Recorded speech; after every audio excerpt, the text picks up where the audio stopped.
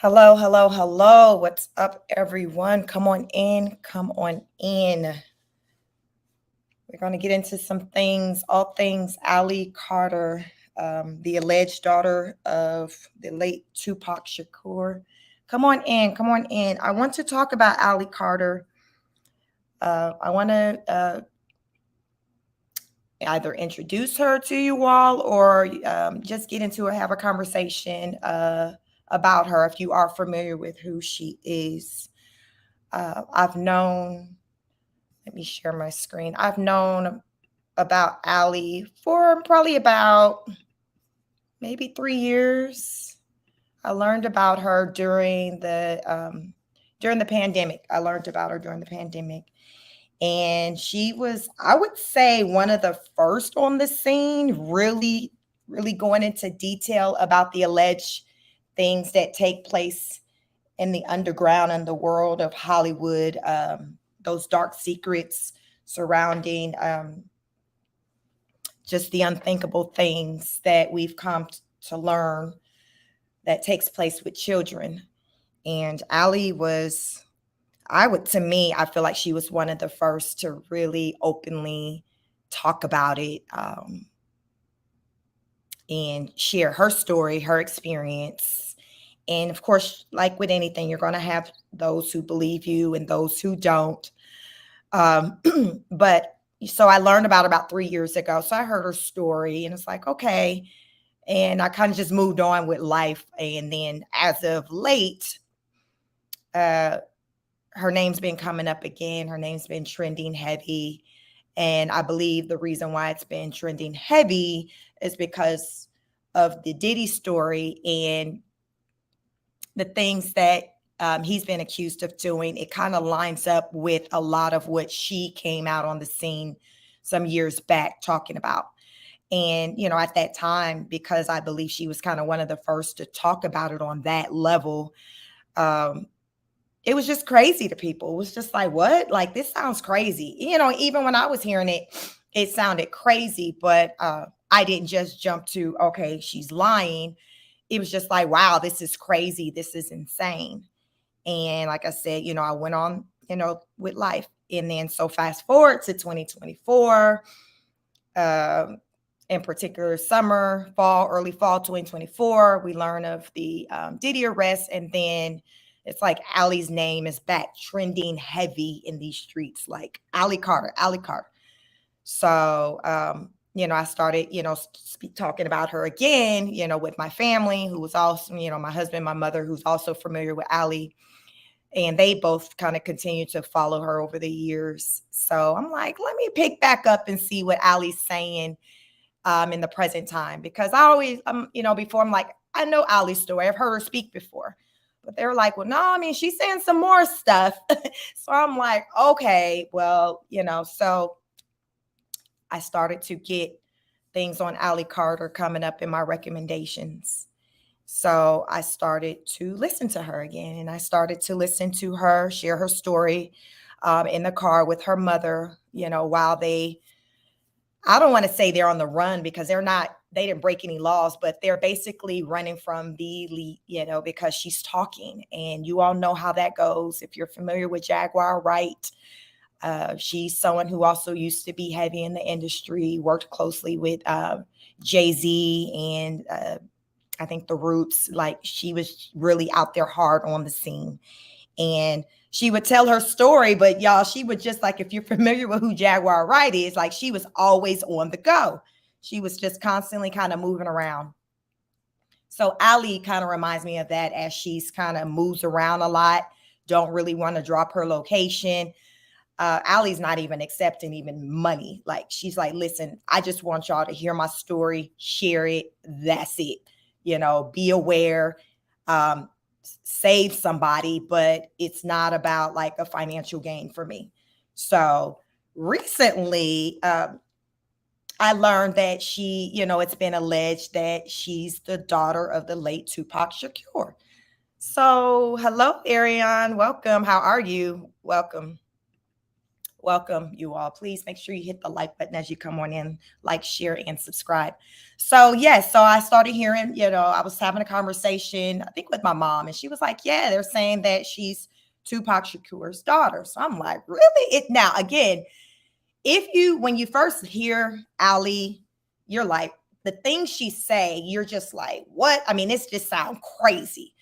So then to have, the layer to her being Tupac's daughter, now it's like, okay, this is a lot. This is a lot. So, I hear, she's alleged Tupac's daughter. So I'm like, okay. At this point, when I'm having this conversation about Ali, I couldn't really picture her face, as far as with the details of how she looks and try to, see like, okay, does she look like Tupac? So I had to explore that one, y'all. I had to research that one. So I did. And so when I went to, research and see, what Ali looks like, present time, because I hadn't seen her in like years. Y'all, as soon as, I saw the picture of her, I didn't even need to put a side by side because Tupac Shakur, I'm old enough, like his look, his face is like engraved in my brain. He was like popular when I was like a teenager. So he's come from like my era. I don't know how old he'd be today. I'm 44, but I just remember him being just heavy in the industry when I was in high school. So I know what he looks like. I don't need to kind of refer back to any pictures. But Ali, I'm like, I need a refresher on what Ali looks like if they're saying she's supposed to be Tupac's daughter. Y'all, when I went to Google Images, Google whatever, and looked up pictures to see what Ali Carter looks like. Soon as I seen her face, I'm like, it was like seeing his face. I'm like, oh my God. Like the eyes, the mouth. I'm like, so I'm not saying she's his child, but what I'm saying is that they resemble. You can resemble somebody and not be, related to them. How many times have some of you been told you look like somebody? You remind me of like, I get that a lot. And so some of you may get that a lot. So it is a thing to favor somebody, to look like somebody and not be related to them. But so what I was at least able to do was to acknowledge, like, they resemble, they look alike. So some of y'all, if y'all not familiar, y'all don't have the memory of what Tupac's face looked like. I challenge you, go out there, Google Tupac, look up Ali. She's on my screen, but I don't think it's really that great of a picture for you to really take in what she looked like. But like, go to Google and look at images, and you see a bunch of images of her. You can see, a good look of her. Look at her. Let me know what you think, because soon as I saw this young lady, she's 30 now. I'm like, I see the resemblance. That's all I got.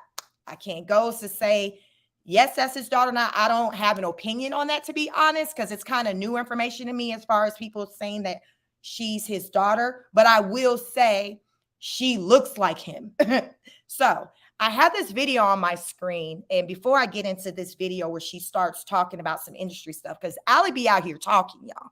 So different people kind of will grab her video, screen share, and kind of put it out there. And that's what she pretty much encourages people to do, because she's not on YouTube. She doesn't have a YouTube channel, but she has an Instagram channel. And her Instagram is like private. So remember, I said I don't follow her. Like, my husband follows her. He's been following her for years. So he's able to see her Instagram. I can't, because I'd never followed her, I guess, back when her Instagram was public. So now it's private. And so I don't see her. I don't know if she's accepted. I haven't tried to go to her Instagram page lately to see if she accepted my request, but I sent her one maybe like a week or so ago. But my husband, he can see everything. She had like 75,000 followers. So she records, she almost does something like daily. And she's in the car with her mom, and they're just moving around. They never, hey, Laura, welcome. You said Tupac was born in 71. Okay. Oh, he's older than me.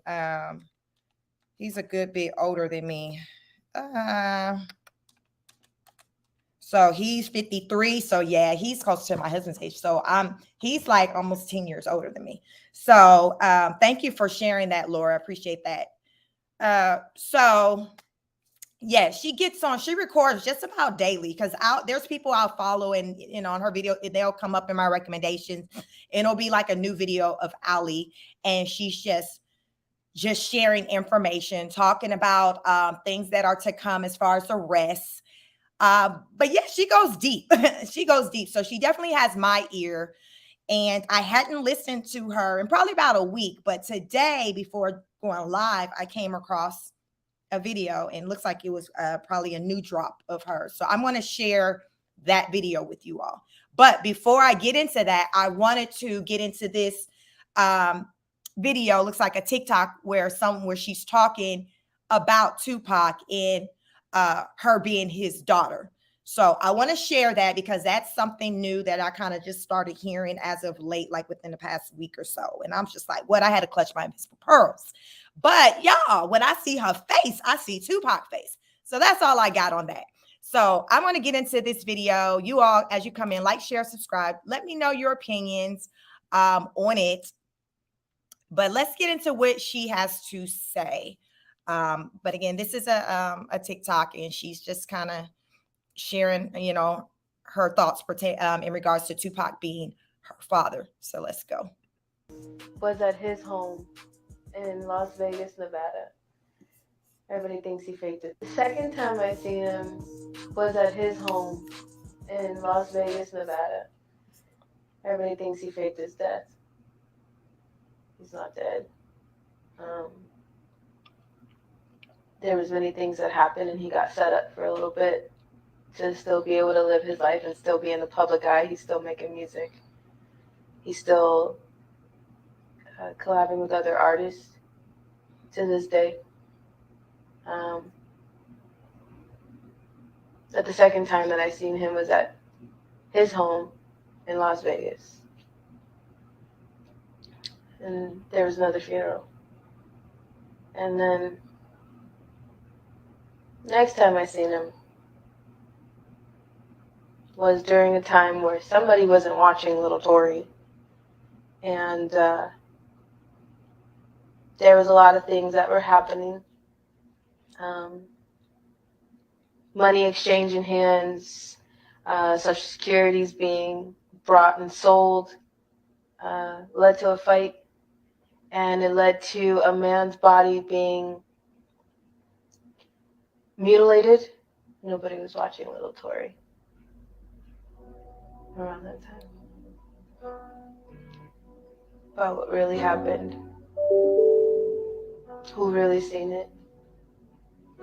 I had to go to a very elite party in Hollywood, California.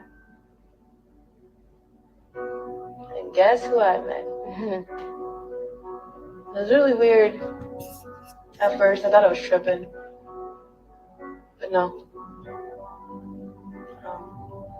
Around that time, Unthinkable with Alicia Keys came out. It was around the time that I seen him again. And he did a collab with Alicia Keys. And people thought that was just machines. And, people have that power to just completely use that voice all over again. No.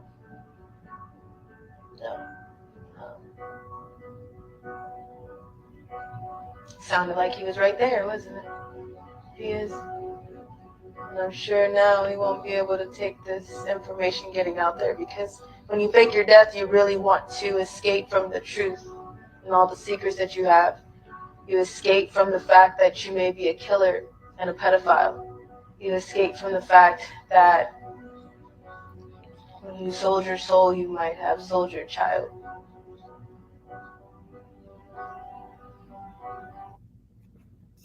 All right, so Second time I seen him. That's the video. So I'm gonna show another one, and this one actually she has some pictures inserted.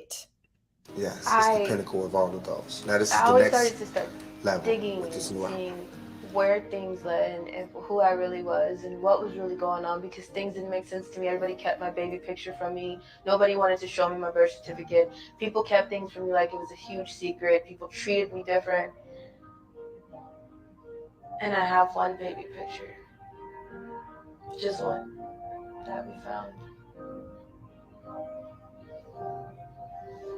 They told me at St. Bernardine's Hospital in San Bernardino, California, that the reason why my father wasn't on the birth certificate was because it was shift change. And that the nurse had to sign for me because it was shift change. St. Bernardine's, when I went back a few years ago, I asked them for the paperwork, and the nurse started crying when she went back into the inventory and saw my last name. She came out and she was crying and shaking, and I was already saying she was so sorry, and she didn't even tell me what happened yet. I'm like, why are you crying? What's really going on? And so I was like, maybe I don't want to know the truth. And I don't have any baby pictures of me. I don't know what I would look like as a kid. I can't have kids myself because of everything that has happened. And then the kid that is probably out there of mine, it's a long story. And I had no choice. And if I did have a choice, I'd be the best damn mom that I could be, but I don't have a choice. But we found one baby picture. Just one. And I think everybody has already seen it.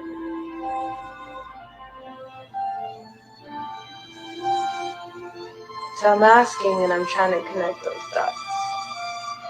And I noticed that the outlaws are very strong. They're very strong in what they do. They're weak. Pussies. They're weak. They get away with thugging and taking people and calling shots and playing God all the time. And I was supposed to be that person. I was supposed to grow up and be that person, and everybody used to be scared of me for that reason. I was one of those shot callers when I was really young. And the outlaws are known for that. Tupac is an outlaw. Tupac is an outlaw. Tupac is.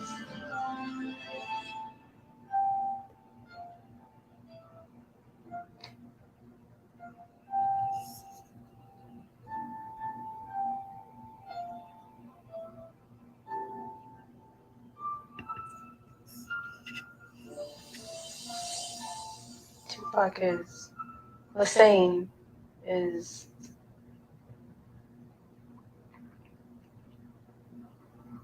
My blood. I don't know the absolute truth, the complete truth. But from the pieces that I put together,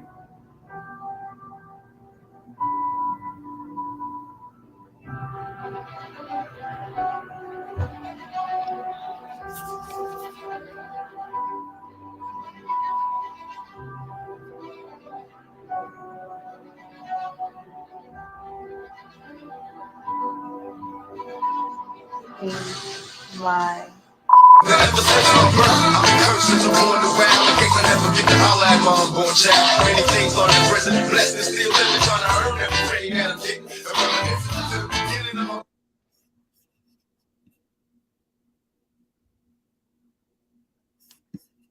I always started to start digging. All right, so I wanted to show you all that. So that's Ali, she's speaking. So now I want to get into this video where she's talking about Diddy and dropping names as far as people she's seen at these parties. Yes, it's very sad, Ariane. It's very sad. But yeah, she has a lot to say, and I try to hear what she has to say whenever I catch, videos with her speaking, because it's a lot.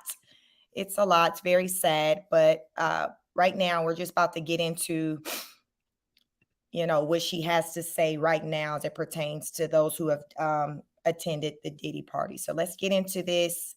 Fair use. So yeah, let's see. Who is this?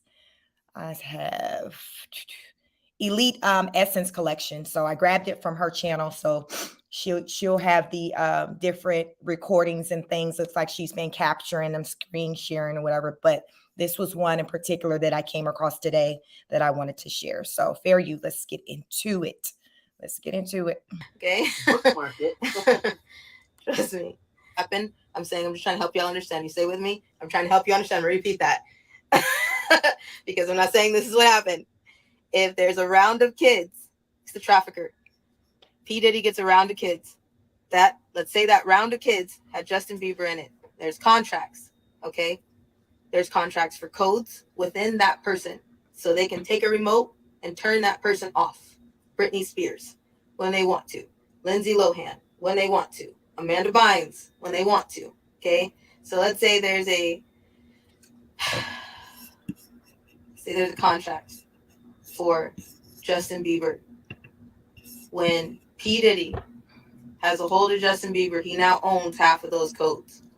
If Usher had the same contract and trafficked Bieber out to P. Diddy, okay, Usher and P. Diddy now have parts of Justin Bieber's contract. Do you understand what I'm saying? So if one goes down, the other side of the code has to go down. If there's a property linked to that person, Kevin Hart, because they had something to do with the trafficking of Bieber, then their property will go down because there's a code to that property. There's a code to everything. Your social security number is like a code. Okay? But depending on the level of MK Ultra, people have options for the codes on that person. So they can use a remote to them, like a TV, and shut them down, turn it up, use somebody else, change it whenever they feel like it.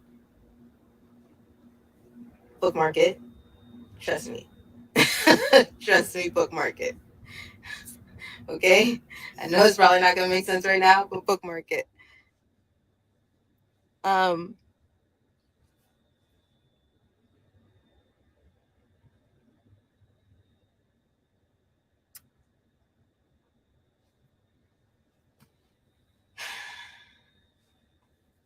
MK Ultra is used, but to get MK Ultra to take hold the way it needs to be, it has to involve satanic ritual abuse, extreme trauma, humiliation, just evil on a level you can't imagine. I don't care what you all think about Trump. I'm not sure what I think about Trump, but he is telling you the truth on a lot of things. You guys just don't understand what he's saying. When he's saying they're eating the cats and dogs, he's preparing your hearts and your minds for the fact that satanic ritual abuse is about to come into the light in a big way. Voodoo is about to come into the light in a big way. Cannibalism is about to come into the light in a big way. All of those things link to MK Ultra, and it all links to trafficking. Once you have MK Ultra in place, and once you've used satanic ritual abuse to link into the MK Ultra and to program the children, so you can use them as sex slaves or Delta assassins or whatever it is you want them to do, then the trafficking and all those things come into play. But you have to have the base and the foundation first. I've been a party favor at a few parties, and I'm gonna rewind a little bit. After a certain point of being traumatized, after a certain point of realizing that nobody loved me for me and just for what I could do, or whatever the fact that it was, what people thought about me when I was a little kid, I was naive like that. Do you understand what I'm saying? So after a certain point, I didn't give a damn who did what. I just wanted to be seen. And I know that a lot of people can say, yeah, there's times where a point in your life where you're just like, I just want somebody to give a damn. I just want somebody to see me, and I just want somebody to love me. Okay? So I was there a lot because I've been abused a lot. And after a certain point, I went really numb, didn't care. A lot of people that were with me called me a traitor because they felt like I just left. I'd be mad at me too because I stopped. I stopped giving a shit about anything. I didn't care. It all just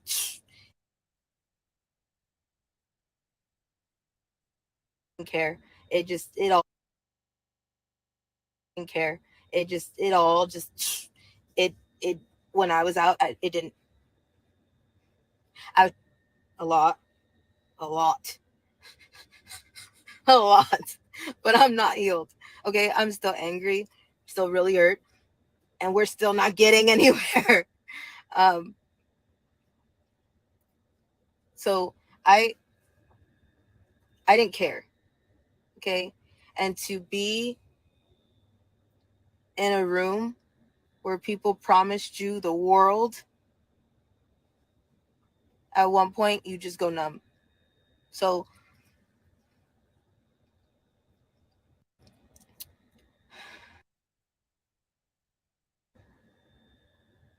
things of me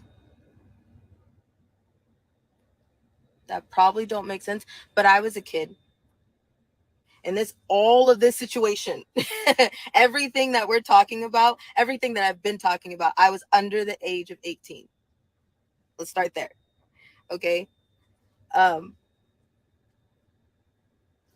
I was sold a lot in foster care. A lot of stuff happened in my life with the family I was with. Okay. CPS reports go back to 3 months old. I remember 4 years old, and everything took off from there. All right. So never in my life did a lot of the stuff seem wrong until I met this twin of mine. Nothing seemed wrong. I'm telling you the God honest truth to me. And even when I met her, I was just like, it's fine. Seriously, it's fine. This is the way love is. This is the way this is supposed to be. Okay. I'm still trying to find words to what has happened. I'm still trying to find words because every time we do something as far as an affidavit, talk to someone, this takes a lot out of me that I don't think people understand. Um, the nightmares, the flashbacks, the skin crawling, the the the the barely can do one thing without feeling like everything is going to end forever. You want to run. You don't understand the feeling of feeling like I think somebody is still around me and your clothes just don't feel right every day. Okay. So predators get the slap on the wrist and I love them even when you don't know them. They're my idols, even though you've never met them in your life. But the victims live with something every second of every single day, and it never goes away. A lot of people are going to ask me in some situations, why was I there? How did I get there? I was a kid. I was a kid. Um, and I used to think that if I wasn't yelling and screaming, that wasn't rape. Not true either. There is a lot going on with this case. These freak off parties, they're not freak off parties. There's a lot that happens. There's life-size wheels that people attach children to and spin it and decide who's having sex in what way. There are so many things. There's body cakes, there's party favors. And I'm talking like, you know how you put up a little birthday bag, like when you go to a birthday party, and before you can leave, you can take one of those little birthday bags off the table. And then there's toys and like all this stuff. for coming to the party. Yeah. Instead of that, there's children. They call them party favors. Okay.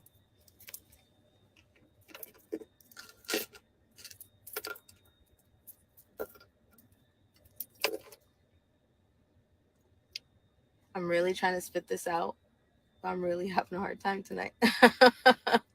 I'm really having a hard time tonight. And I do not know why. I'm really having a hard time tonight because I've had to stop everything and turn around, and we're doing this again. And the thing is I can put out information, but it's not until you guys get slapped with more information that people are like, okay, that's true. I get it. Don't just take one word and just go with it. But a part of my brain right now is just not doing well. So I'm not okay. Because I'm just like, all of this, I can drop it. I'll just put up the affidavit and I'm going to come back on because I'm trying to spit it out. And it's not, I don't know why it's not coming. Because what's irritating me too is journalists and people. If you're monetizing your account and you're messaging me, I'm not giving information out for money. That's not what I'm doing either. The information is priceless. And we're not going to help you do that. No, either. I don't want to eat. We're not doing anything. So if you're messaging us like, hey, you could come on my platform and do it, but if your platform is monetized, just please don't message us. You're not going to like me. I'm just telling you right now, you're not going to like me. I want to spit the information out. I have a lot. We have decades worth of information. Do you hear what I'm telling you? Okay. But I'm trying to, and everybody's like, just do it. Yeah. But see, here's the thing. You're not sitting right here. You're not sitting right here. And it cuts deeper than probably a financial problem. It cuts deeper than a spiritual problem. It cuts deeper than a location problem. It cuts deeper than a soul problem. Okay. It takes a minute. It takes a minute to get up. It takes a minute to get out the corner. And for those who are like, okay, so testify. Nope. Because listen, nope. Because the attorney on Diddy's side is corrupt. You know that, right? Who's going to defend someone that they know damn well is a killer, a rapist, a child slave trader? Who's going to defend someone like that? Would you? After you know what's been done? After you know, back to a money issue. That's a money issue, right? You don't care what happened to the kids. You don't care about your integrity. That's not. Ah.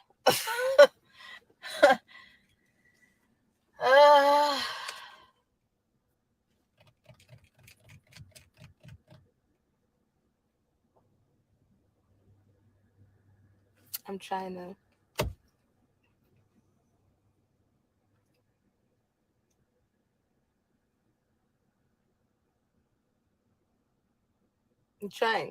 I'm trying, but for whatever reason, it's not. I don't know what the hell's wrong with me right now. I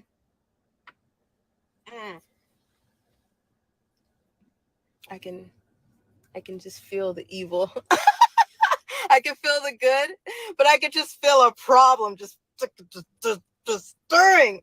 I'm trying.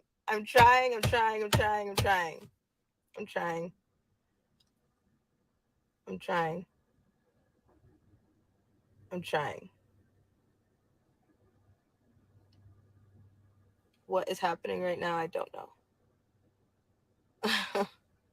I really don't. So, I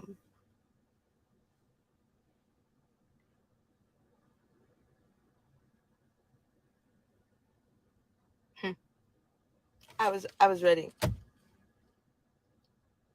And then I jumped on here and I'm like, Gav, back.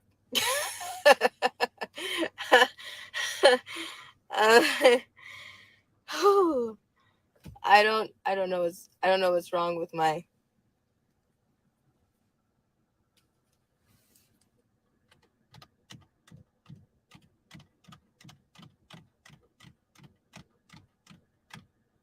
I was a party favor. What does that mean? I was a party favor. I was somebody you could take off the table. So you're telling me they set children? I set children on a table. Like when you go to a birthday party and they have gift bags for everybody that comes that have candy and toys in them, Yep. and they set them on the table. So you're telling me at the freak off parties, mm-hmm. they put children on the table instead of gift bags, mm-hmm. and then people can do what? Take you off the table and have sex with you, even though it's against the rules to do certain things like anal sex or full house sex. Sometimes that's against the rules. Like for me, that was against the rules, but that didn't matter. That did not matter. So they come choose you off the table, do whatever they want with you, and then what happens? Then they put you back on the table. They put you back on the table for somebody else to come choose you? Mm-hmm. Okay. That's called a party favor effect. That's just one of the little things that go on at the freak off parties with children. Were there animals there? Mm-hmm. Goats. Did they turn the animals loose on the kids? Yeah. And if you got sick and threw up because it was so disgusting, what happened? You had to eat it. You had to eat your vomit Mm-hmm. if you threw up. That's satanic ritual abuse. Diddy was at this party? Mm-hmm. Denzel Washington was at this party? Yep.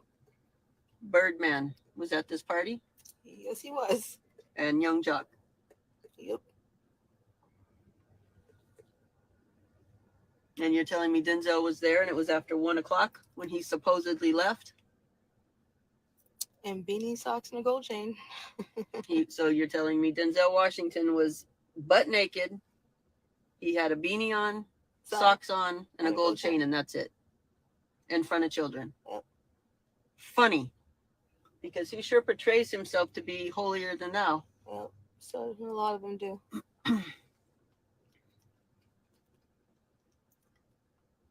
I think you also told me that one of those men have a birthmark. Left thigh. So one of those men have a birthmark on their left thigh.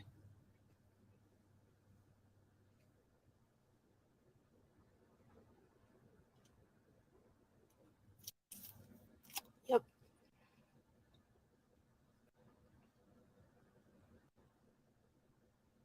Did you have sexual interactions with Diddy? Yep. Denzel? And I know we don't tell on Denzel. You might not tell on Denzel, but your mama gonna tell on every fucking buddy. I ain't keeping no pedophile secrets.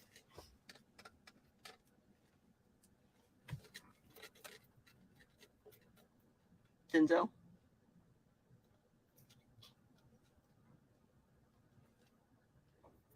Yep. Birdman? Did Birdman promise you things? So much.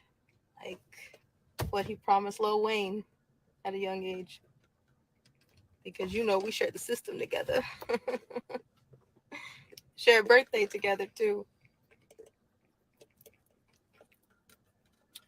I know a lot of you have seen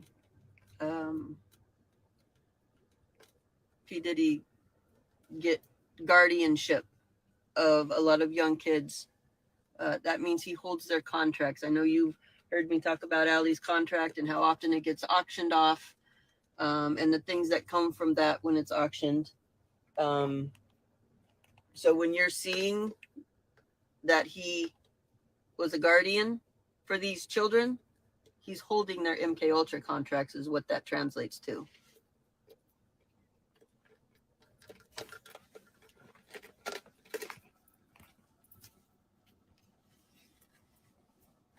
Were you the only child at this party? No, not at all. There's so many kids at this party. Were there also so many celebrities? Well, that whole they leave at a certain time is not true. Everybody has to take DNA test, saliva test, blood tests, give up your phone, give up information, any trackers or locations, no weapons, no cameras.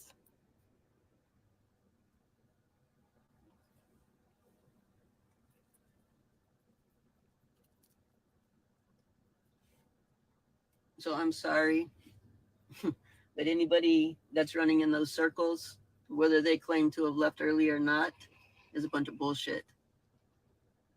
Because if you left early, but you knew kids were there, and you did know, you don't run in those circles and not know that.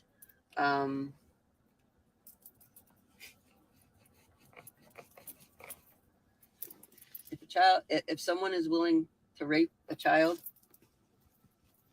they have no integrity at all. So that means they're also liars.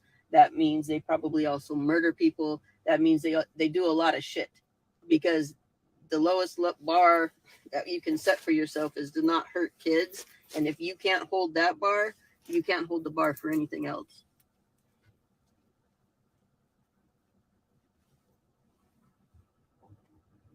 So saying I left early from a party where children are being brutalized and raped and sodomized and used in bestiality and satanic rituals is not a plausible explanation or excuse or a pass.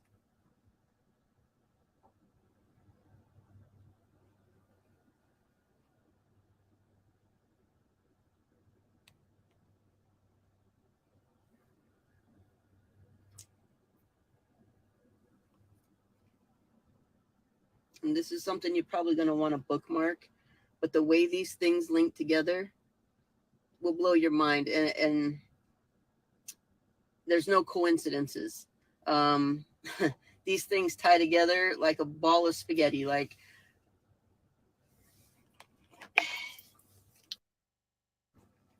I don't even know how to explain that, but everything else. And when you start pulling at one thing, you're going to get a bunch of other things that all link together.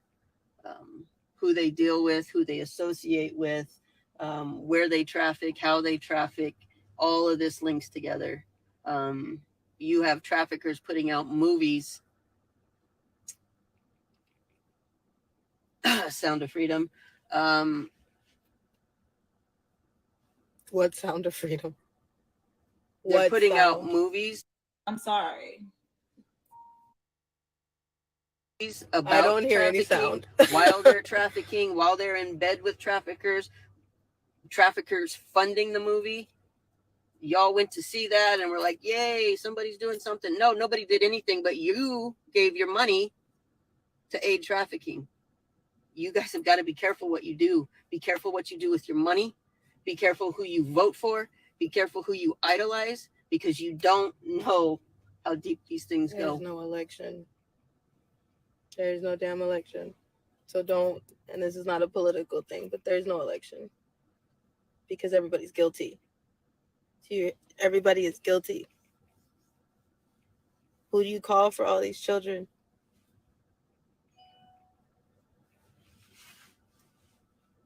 Start asking the right questions. Who is trafficking these children? Where are they getting these kids from? When Diddy's house was being raided, the neighbor drove by and said, yeah, they bust kids in at 3 a.m. How are they busting kids in? Where would you go to get a busload of kids?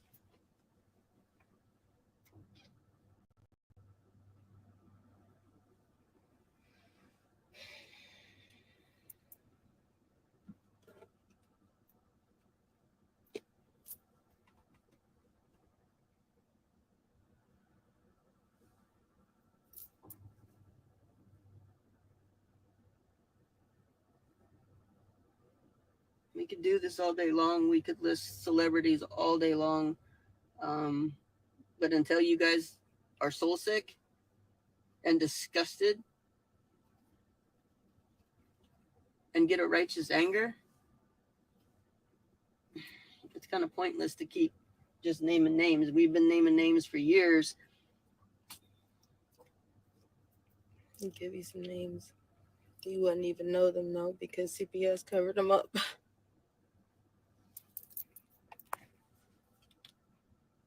Those names are what's important.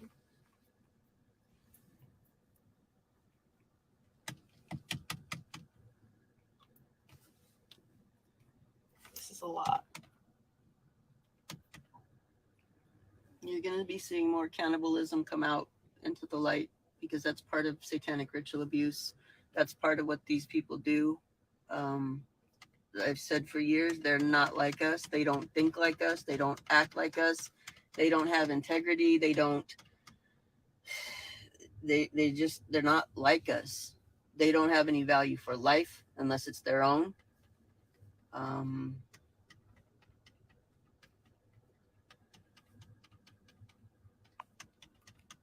And once you wrap your head around the satanic ritual abuse that's going on, then we can get right into the MK Ultra.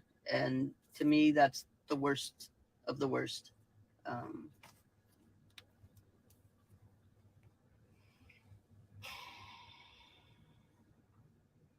don't know what happened.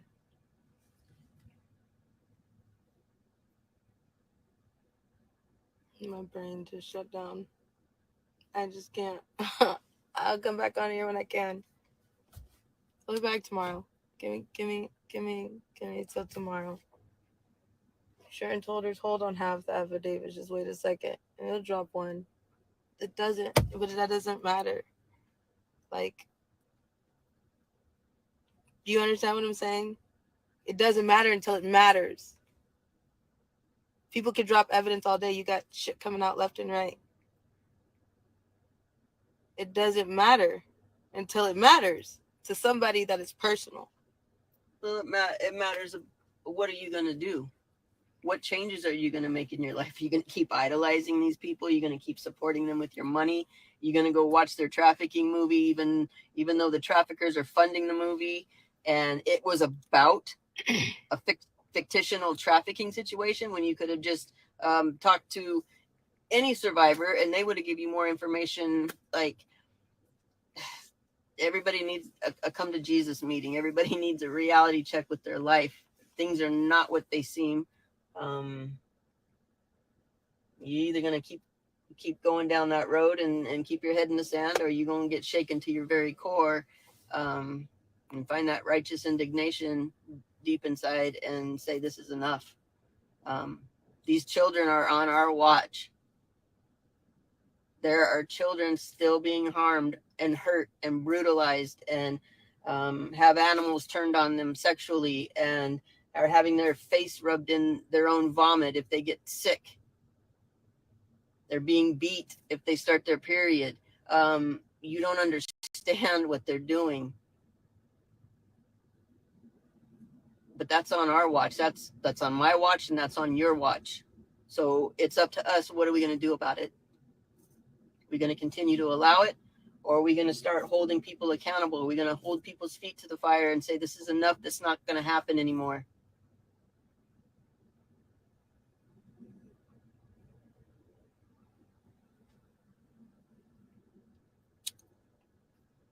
Everybody, when I was younger, they let it happen. When I went into foster care, nobody did anything. Nobody called to check. I was missing for a year from CPS custody. I ran away and made a choice myself when I was auctioned to Russia. I was like, that's enough. They're going to kill me. I tried to tell my social worker, it's still in paperwork. I called the supervisor. We called the ombudsman. They're going to kill me. Can y'all help me? You keep talking, we'll ship you to Arizona and nobody will ever find you. I said, all right. Make a choice myself. I went missing for a year. No one came to look for me. You could tell the people who gave a damn because those are the people that are in records that called.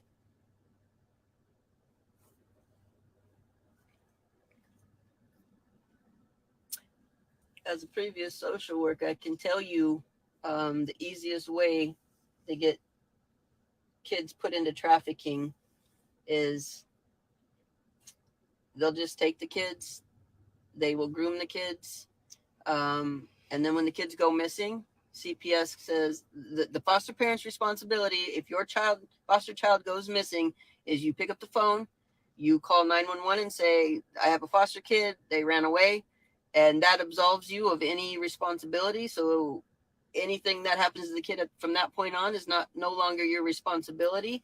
It absolves CPS of the responsibility, and nobody bothers to look for the kid.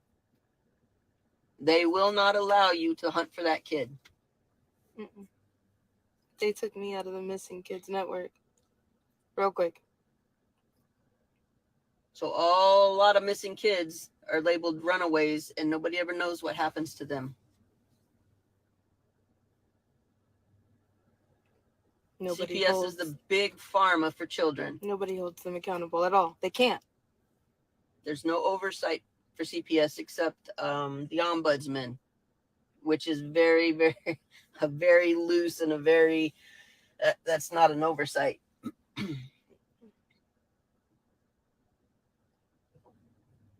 And you guys think, I'm a good parent, so CPS will never come to my door. That's not true. If your kid gets on somebody's radar, if your kid gets on a trafficker's radar, they can file a complaint. They can make a phone call. They can send a corrupt CPS and a corrupt police officer to your house, and they'll take your kid, and that's it. It does not matter if you're a good parent or not. It has nothing to do with it.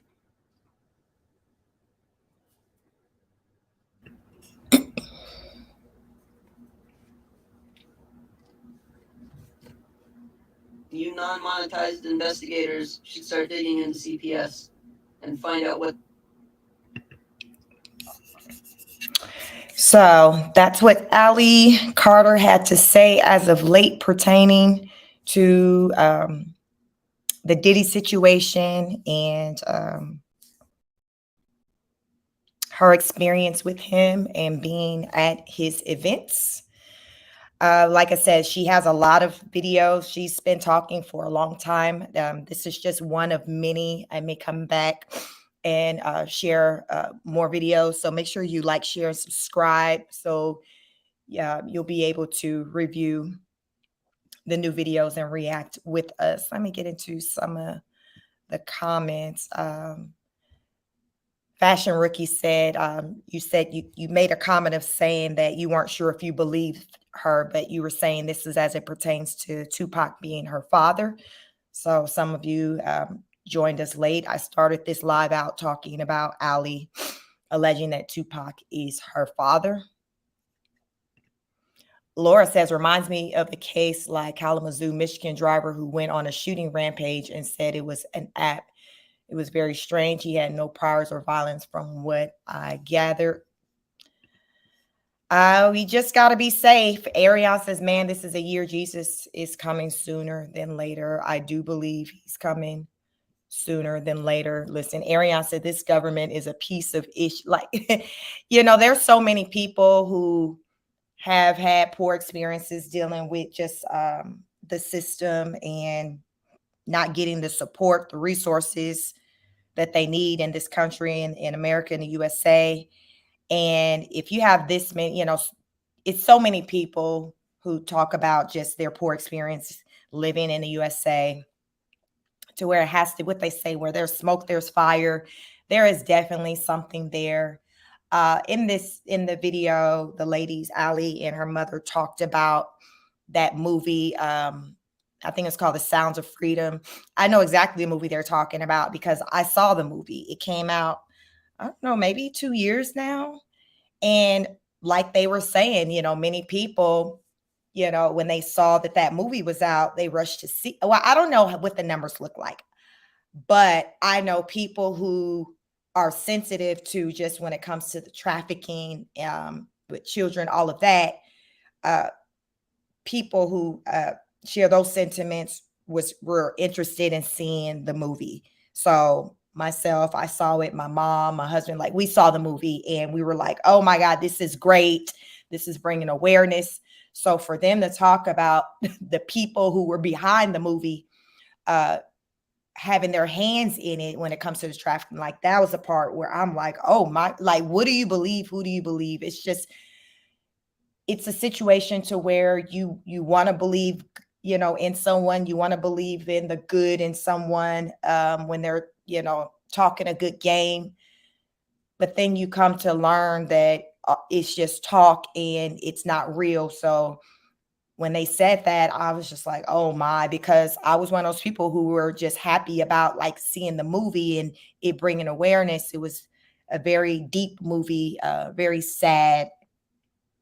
And if you haven't seen the movie right now, you probably can see it for free somewhere. It's been out for a while.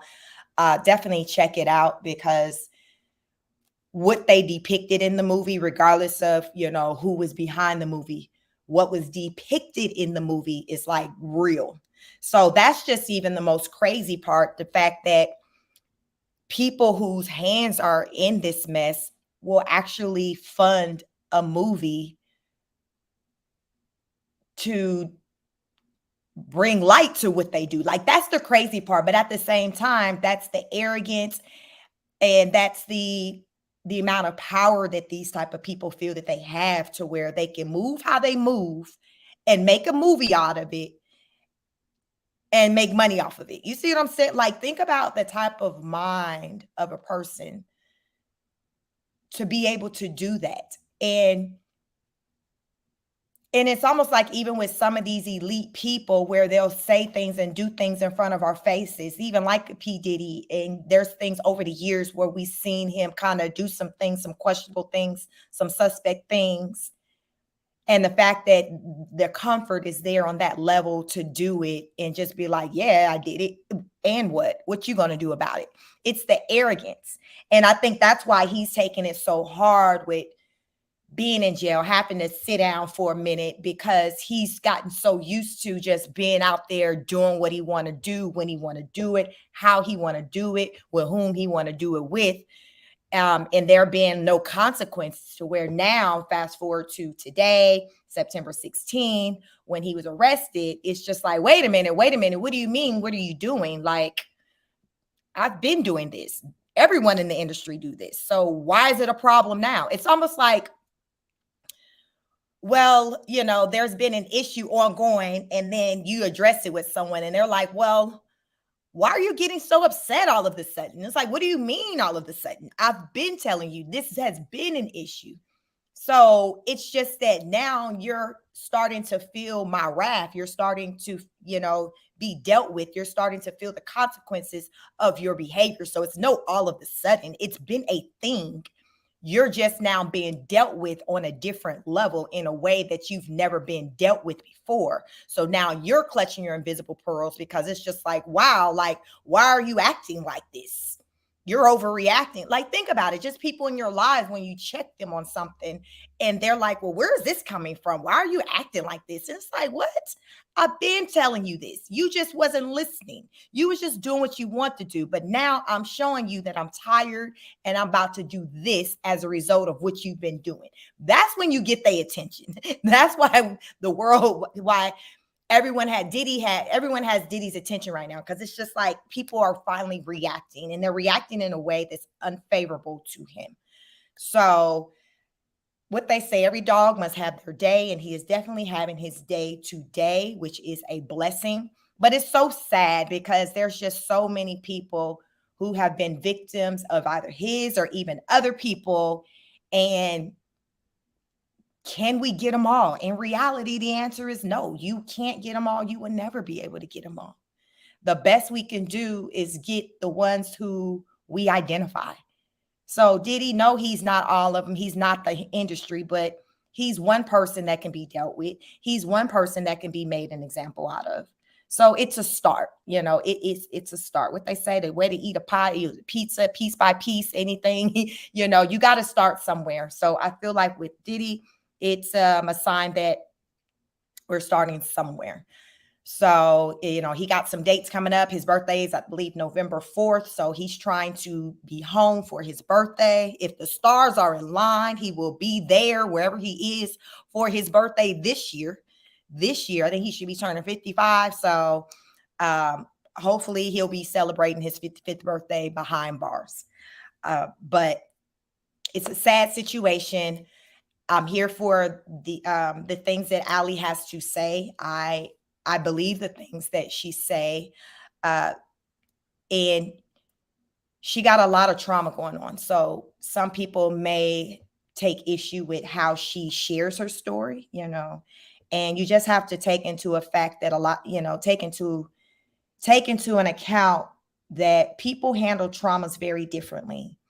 And sometimes some people handle trauma in a way to where they'll tell it and they'll laugh, or they'll try to lighten the situation up, but that's just their way of just dealing with it, because it's so deep, to where, you ever heard someone say the saying, to keep from crying, I have to laugh? Like, that's a real thing. Sometimes have you ever also heard someone say, I'm all cried out? There's the song, I'm all cried out. And that's a whole thing when you've dealt with this emotion. Keep it in mind, she's 30 now. She's been out of the industry, I think maybe since about 19. When I say the industry, meaning like her being removed from these pedos, from people violating her. At 19, the woman in the video, that is when she adopted Ali. So Ali, from the age of this, she said 3 months up until, let's just say 19, like this, she was in that life. She was in that life. She said she ran away at 16 because up until then, she was at the hands of just the system, the defects. And that's where the kids were like, she's like, they don't care. A lot of the kids, missing children today, are in the system. They're in defects. So it's like, how is that possible? Because from my background, my background is counseling. I have an education in clinical mental health counseling. So I've kind of worked in that field. I've worked around social workers. So I've been in that scene. I've done some of the work that they've done, and you have a portfolio. So what that means is that you have you're assigned to X number of children, and your job is to do check-ins, make phone calls, physically show up, but you're doing check-ins on your cases. So that you have your caseload. I guess I'll say it's a caseload. So you have your caseload. So your caseload may consist of maybe 40 people, which would be 40 children. So you're responsible for checking in on them periodically, however that schedule is set, whether it's once a quarter, once a month, whatever that is. So the idea that children can become missing with a situation, with a setup like that, when you really stop to think about it, it has to be intentional. How do so many children in the system go unaccounted for if you have people assigned to their case to check in on them? Think about that. Ali says she ran away. Them folks wasn't looking. Listen, Ali got the heck on because she was like, they ain't protecting me. I'm telling on them. They just stop complaining, miss me with that. I ain't got time for you. She runs away. Them people they don't care. I wonder how long it took for them to even realize that she was gone. And a lot of times, even with from being in the industry, in that field with working around people who have been like caseworkers and things like that, they are overworked and underpaid. So they'll have this crazy caseload with X amount of children that they're responsible for having to check in on. And it's not enough hours in the day for them to even get to them all. It's just not enough. So I think that with any industry, you're going to have your slackers. So I think there's a lot of slackers, in that, who have the title of social worker who just don't do their job. But I think you also have a good number of ones who are good and they're overworked, and it's only one of them and they can't get to everyone. And then, I've heard how they're underpaid. They don't make a lot of money. When you're in that field of social work counseling, unless you have at least a master's degree, I have a master's degree in clinical mental health counseling. Unless you have at least a master's degree, you're not really making any money in the field of social work. or therapy or psychology. Like you have to have like an advanced degree to really get to the money. And a lot of people don't have an advanced degree. So a lot of the social workers, you know, they're operating off of like a 4-year degree, a bachelor's degree. So y'all, with their money is maybe 40,000, just depends on where you live, but it's not enough for what they're expected to do as far as for their job responsibilities. So what happens is that these people aren't kicking out the work like that because for one, they're like, listen, you ain't paying me enough to do all that. And two, they're like, I'm only one person. I can't get to all of that. Like my plate is full. So it's layers to it. It's layers to it. But I feel like there are solutions to it if the government felt like it was an issue when it came to missing children, children not being tended to, all of that. Clearly is not a priority. Clearly it's more of a priority for illegals to get benefits and resources when they come over here than it is for the American citizens to get the resources and the attention that they need. That's my opinion. That's what I see. I don't know no other way. Left and right, we always sending out money to these other countries. We're allowing for people who weren't born here, who aren't citizens, to come over here, just freely walk here. But how often are we hearing people who are American citizens talking about the government showing up for them and coming through for them during their time of need? I don't hear that often. I don't. Not enough. With the way people be having to pay these taxes, I don't hear it enough. And it's very sad and unfortunate. That's why I always say, take care of you, take care of yours. Because if you don't, ain't nobody else got you. Like, we out here solo dolo. Like, and it's so unfortunate because a lot of people don't have family and loved ones, people to look out for them. So guess what? Like Allie, when they're in the system and they go missing, they run away, whatever. Child, ain't nobody looking for them because somebody got to take notice that you missing first. Nobody's looking for them. There are so many people in the world who are just gone, who's vanished, and there's not anyone looking for them. Everybody don't have somebody. And that's the sad truth. That's the sad situation. So Allie, the first person who looked out for her, who cared about her, was her mother, who adopted her at 19, who she calls her twin. That's the first and only person. Like, I feel like now she has people who supports, but like her ride or die, her solid is her mother. Up until then, she did not have anybody. So she became a victim, rooted in her not having anybody who gave a damn about her. And so that it's a sad situation.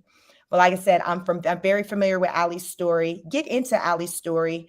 If you see, anything floating around pertaining to her name, check it out. Do your research on her. Form your own opinions, because I do not believe this young lady is lying. I do not. I've listened to her speak multiple times. Some of you, it may be your first time hearing her speak today on my channel, but hear her out, because she's not the only one that's talking like this. There are other people talking like this. So clearly it's a whole thing. It's a whole thing. It has this whole situation with, this is worldwide news.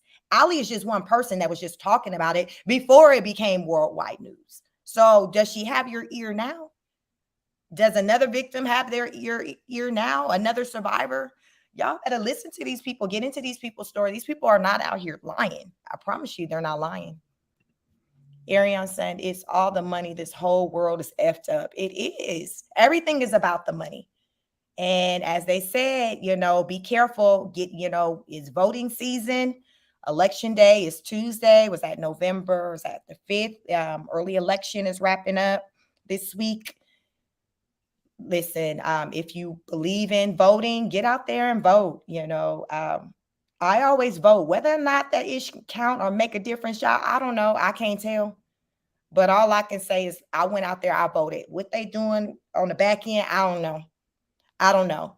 But what I do know, what I do see is that I don't see the world, our country progressing in the direction it should, given that we're in 2024. It's too much foolishness going on for us to be on this type of time. Like, It's more people who are becoming aware of things, but it's still not stopping people from doing what they do because they've just gotten so used to just partaking in the foolishness and the mess.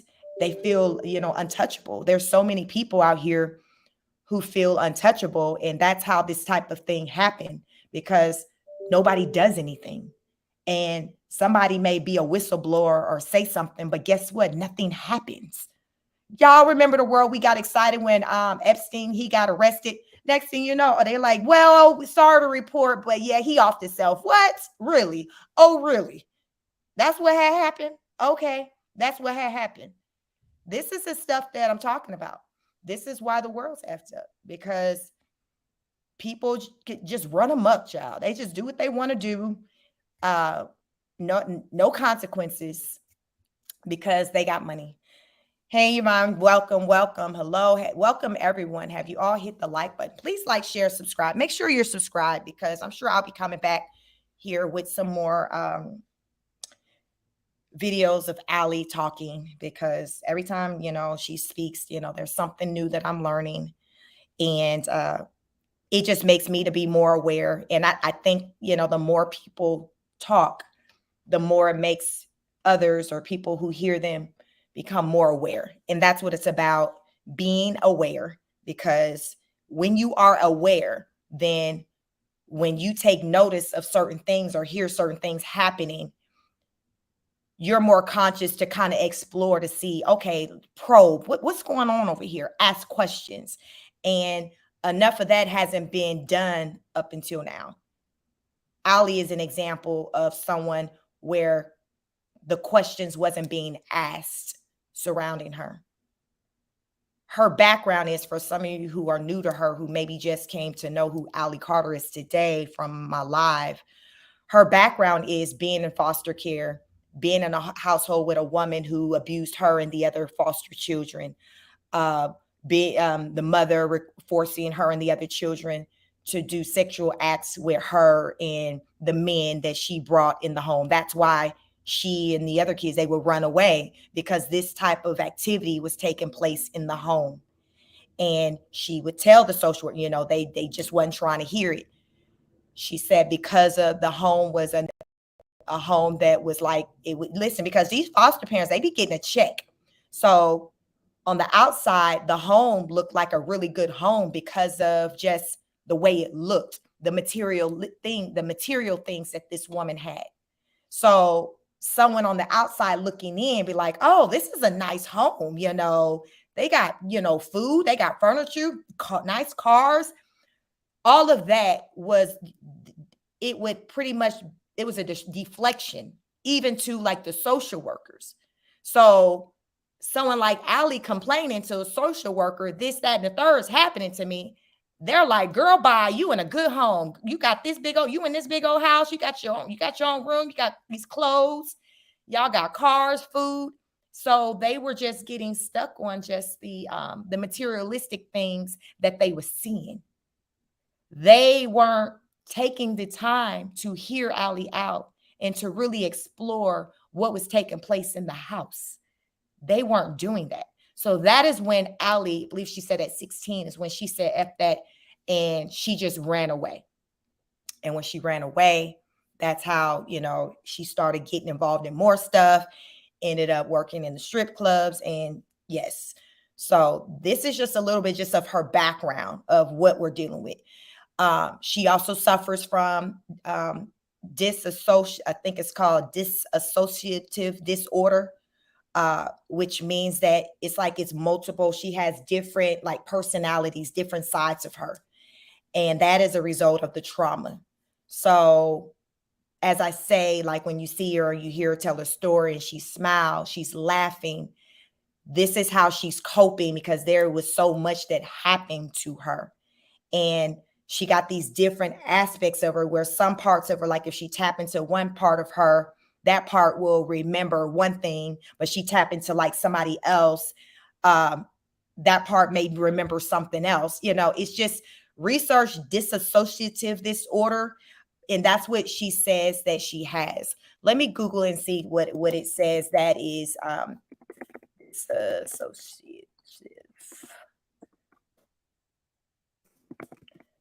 identity disorder.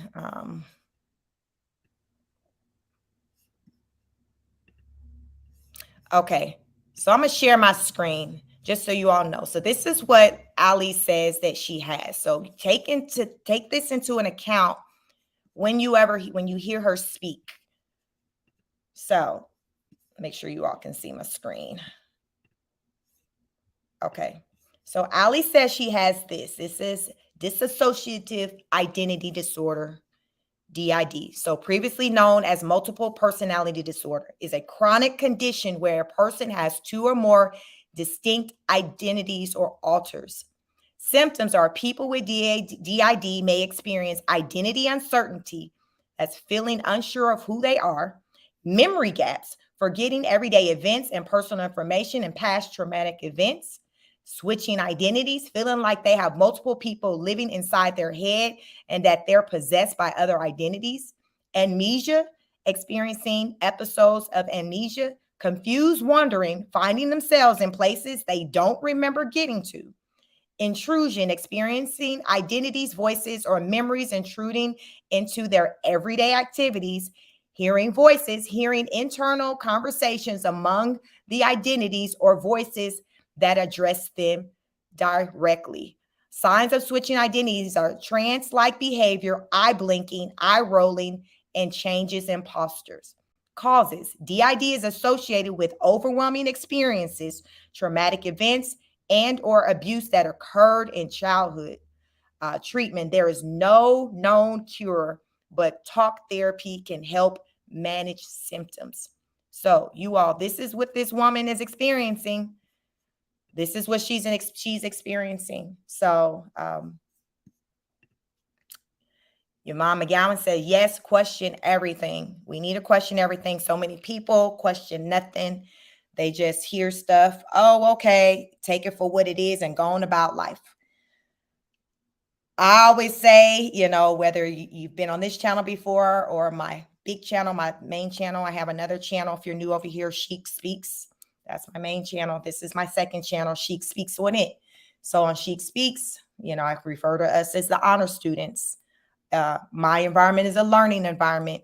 My background is clinical mental health counseling. I speak a lot around mental health counseling, just mental illness. And I encourage anyone who ever hears my voice to ask questions. I am a person who asks questions. I ask a lot of questions. Smart people ask questions.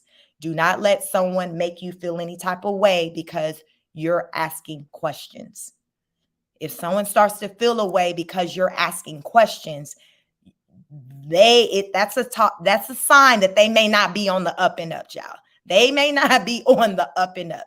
So definitely keep your eye on them, because if someone has nothing to hide and they're living their life on the up and up, they will have no problem answering your questions.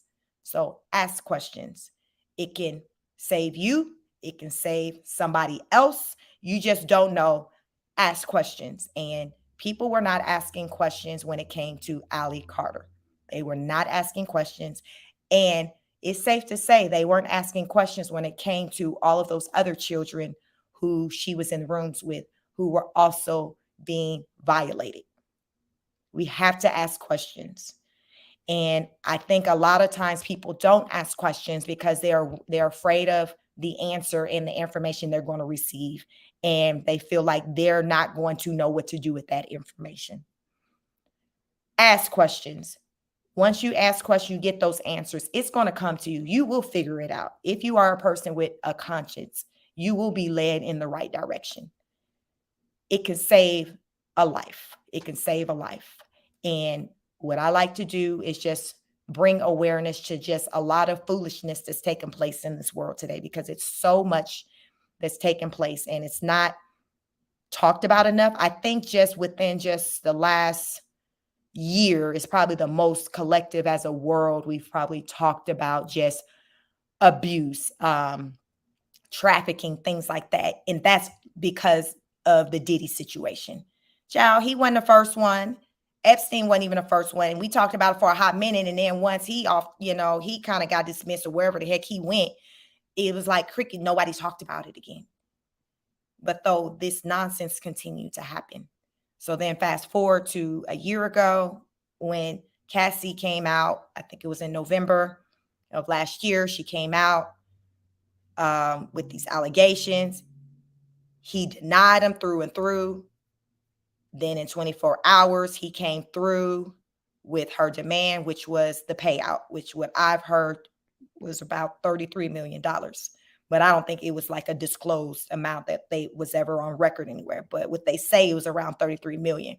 But from what I hear, the reason why he came through with that money is because her lawyers had let them know, let him and his team know that they had the video footage of the hotel event.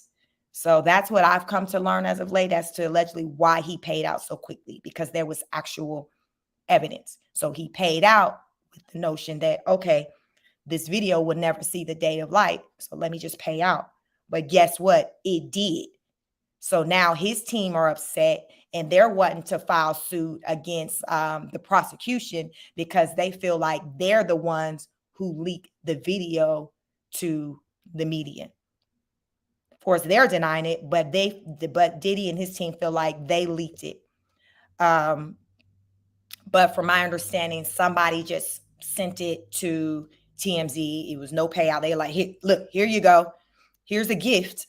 And it wasn't like it was something that was shopped around. It was just kind of dropped on the doorstep of TMZ from what I hear. But nonetheless, the video came to light. It was done in the dark, child, will come out in the light. The video came to light, and that's not what he was expecting to happen, given that he paid out that large sum of money. And it happened anyway. So I believe that's why we're even discussing just all of this, even on this type of level, just because of him, one person, a billionaire. But think about the fact that there are so many people who money look nothing like his who are engaging in these type of shenanigans. He just was a billionaire at the time, when it all hit. So he made all the headlines, but he's one of how many? Like, there's so many people who are partaking in just these type of things that he do. What he does is he just got a name on it, freak off. Other people may have a different name, or they may not have a name, but they're still engaging in the predatory behaviors, which is very sad. Zaire said, Ali said Michelle Obama assaulted her and that Michelle is a man. So yes, I've heard the same thing about, I didn't hear her, I've heard her speak a lot. If I heard her mention Michelle's name, it was probably some years ago when I first learned of her. But the part about Michelle being a man, oh yes, I've been hearing that for years. I've seen footage that has me to believe that, just with her genital, like she was years ago, was on, what was that talk show? One of these talk shows, Ellen DeGeneres talk show. She was on her show, and they were, y'all know Ellen liked to dance and stuff, and they were on the stage dancing, and Michelle was on the stage dancing, and her little thing was just, you can see, I think she had on some white pants. I don't know. They were kind of like airy type loose pants. They weren't jeans. They were like airy pants. And you can just see her Johnson was just flipping and flapping, child, was just flipping and flapping. And it may still be out there on the internet if you Google it. Some of you may have seen it.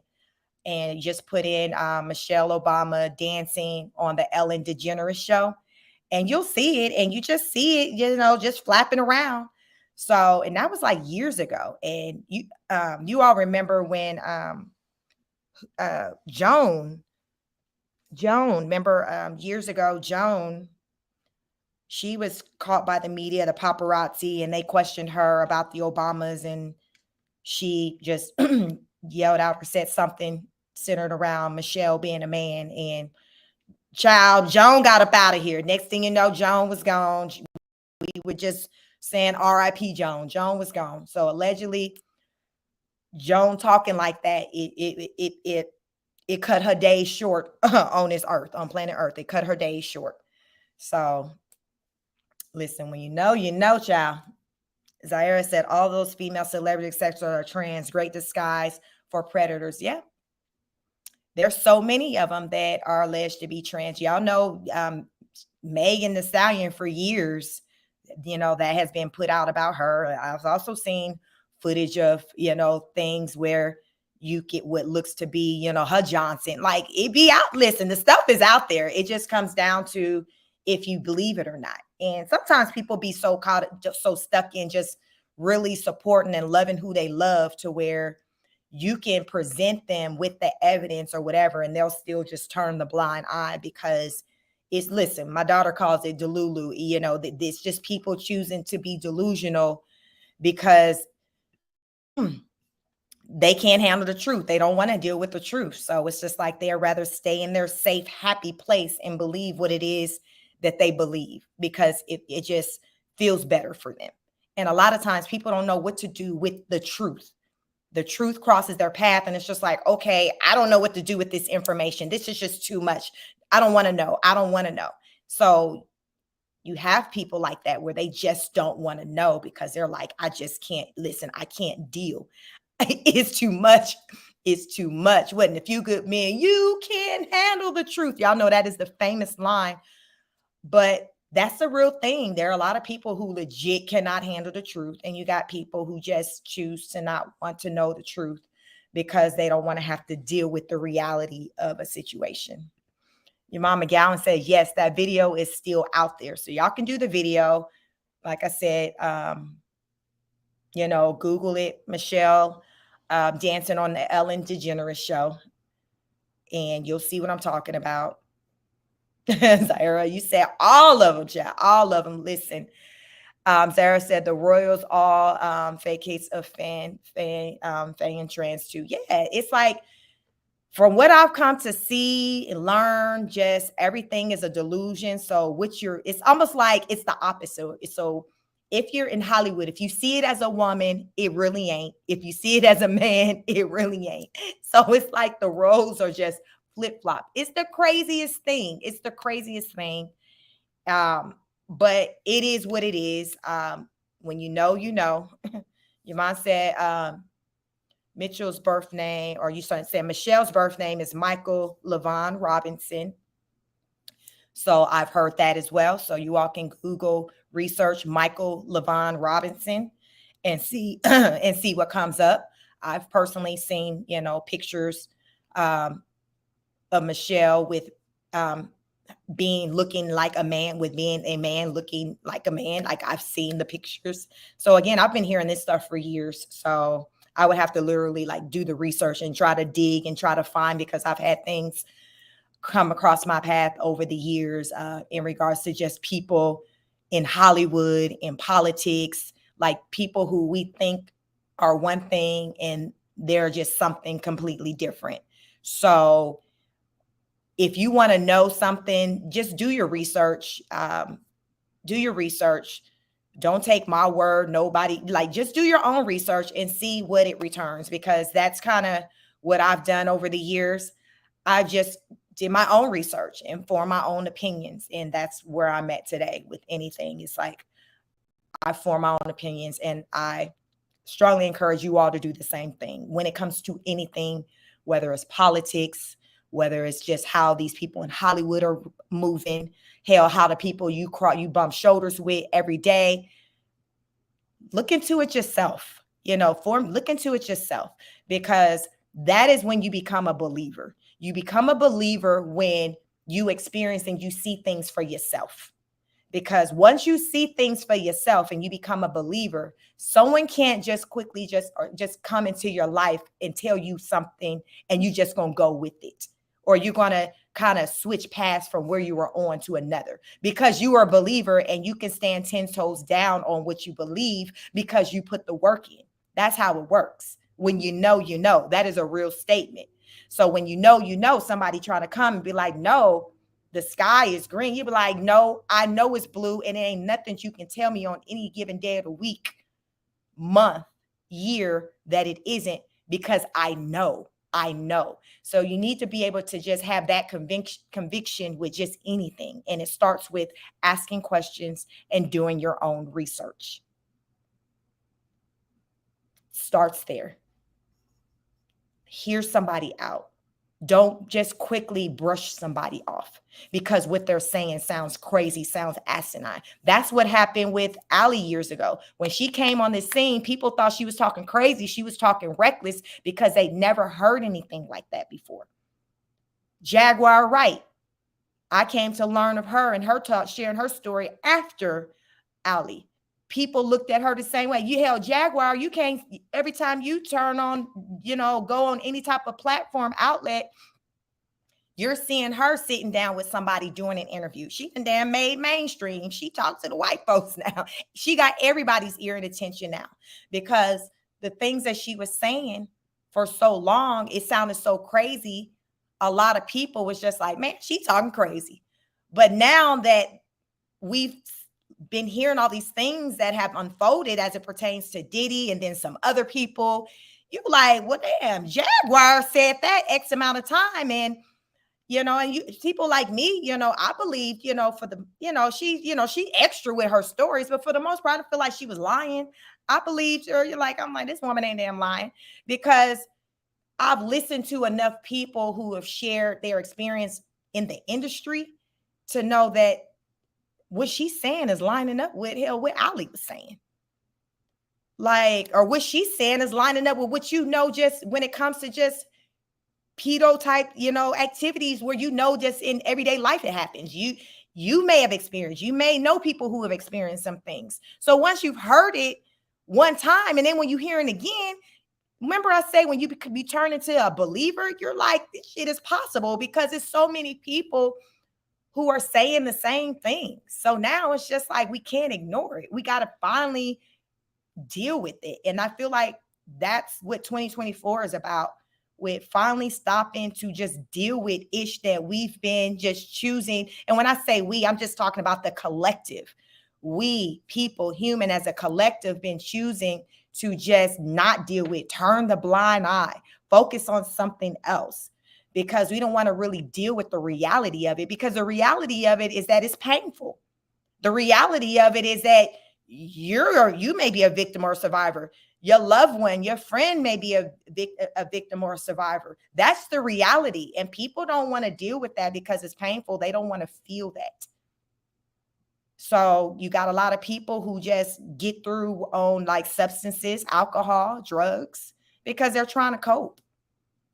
Because they can't deal in a natural, healthy state. They can't deal because they don't want to feel. So that's where that comes from. When people drink a lot or do drugs, like they don't want to feel. And a lot of times, like just from my background, with talking to like people who struggle with mental illness, because I would have to, talk with them, help try to get them back on track, create treatment plans for them and all of that, when they would come, because I worked at a mental health hospital. And so a lot of times, they'll say, hey, I came off my meds because I didn't like how it was making me feel. I felt like a zombie. Like I didn't like it. So I came off of it. And a lot of times when they come off of the medicine, that's when they get to wilding.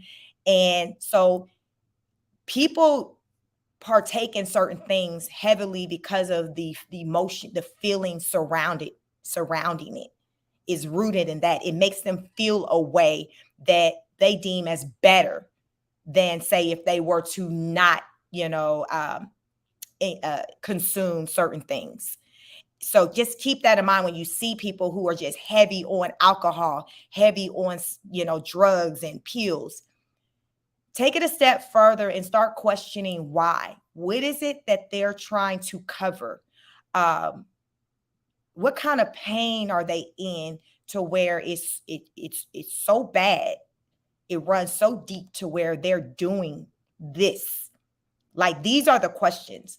And again, that takes me to, I'm a root cause person.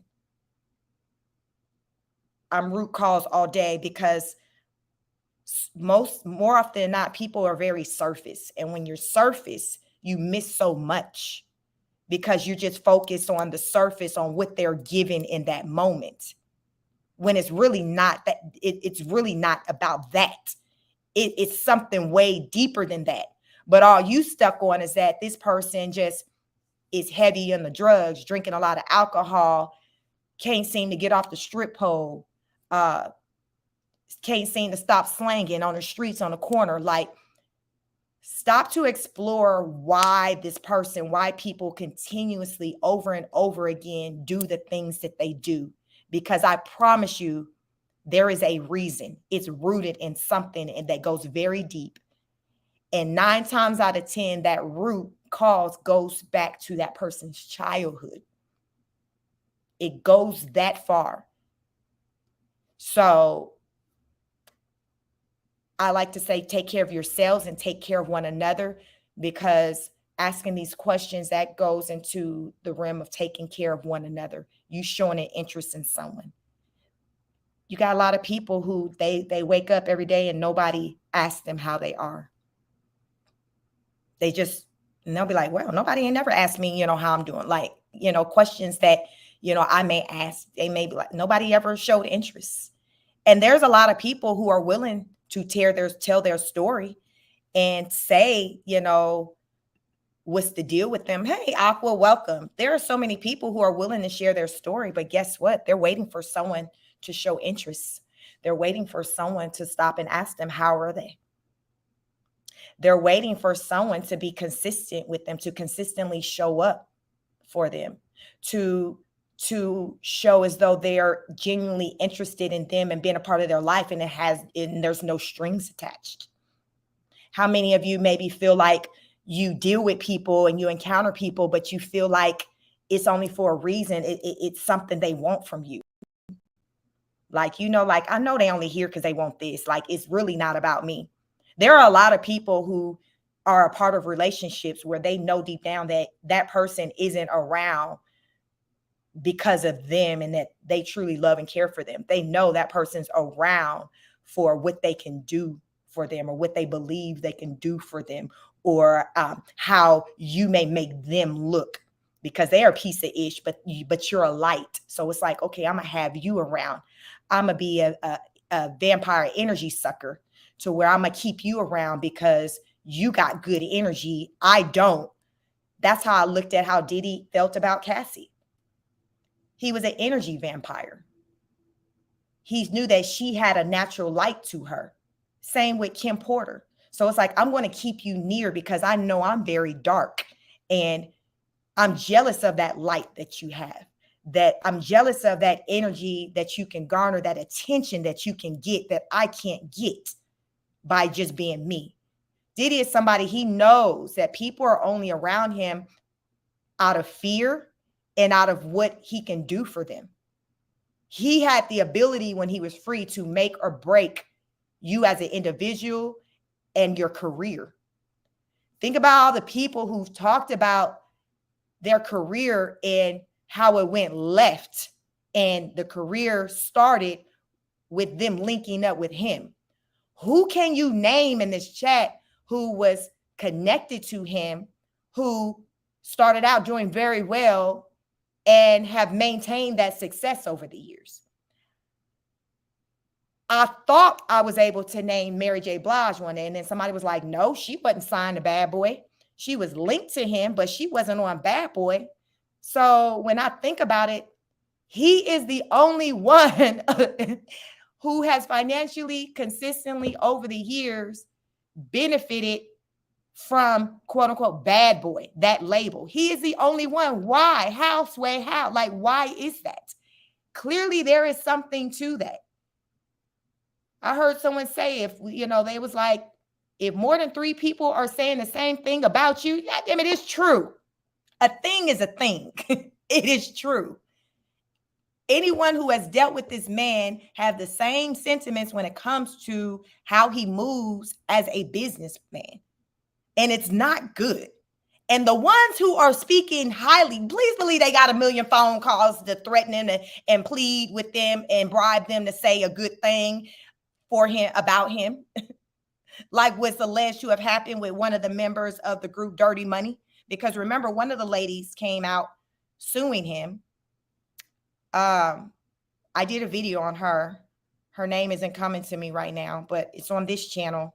She sued him for SA, all kinds of stuff. I got a video, check it out, with one of the members of Dirty Money. It was a duo, 2 ladies. The second lady, it came out, and this is before he got picked up, it came out that he called her like over 100 times. And the reason for that call was to get her to not co-sign the things that the other young lady in the group was saying. So that woman who he called a gabillion times, she ended up releasing a statement. I saw her statement before I learned that he had called, blew her phone up. Like, her statement was basically like, listen, yeah, me and old girl was in the same group, but I can't co-sign none of what she was saying. I don't recall. I didn't see that. I didn't witness that. Like, she was just kind of separating herself from that woman who was once a group member of hers. She purposely like separated herself. So I later came to learn that it was on record, like that you can see, you know, phone records would tell that he called her phone several times. So then it's like, oh, it makes sense why she came out with that tone of saying, because her counterpart had named her name like in the lawsuit of saying, hey, she was a witness to these behaviors as well.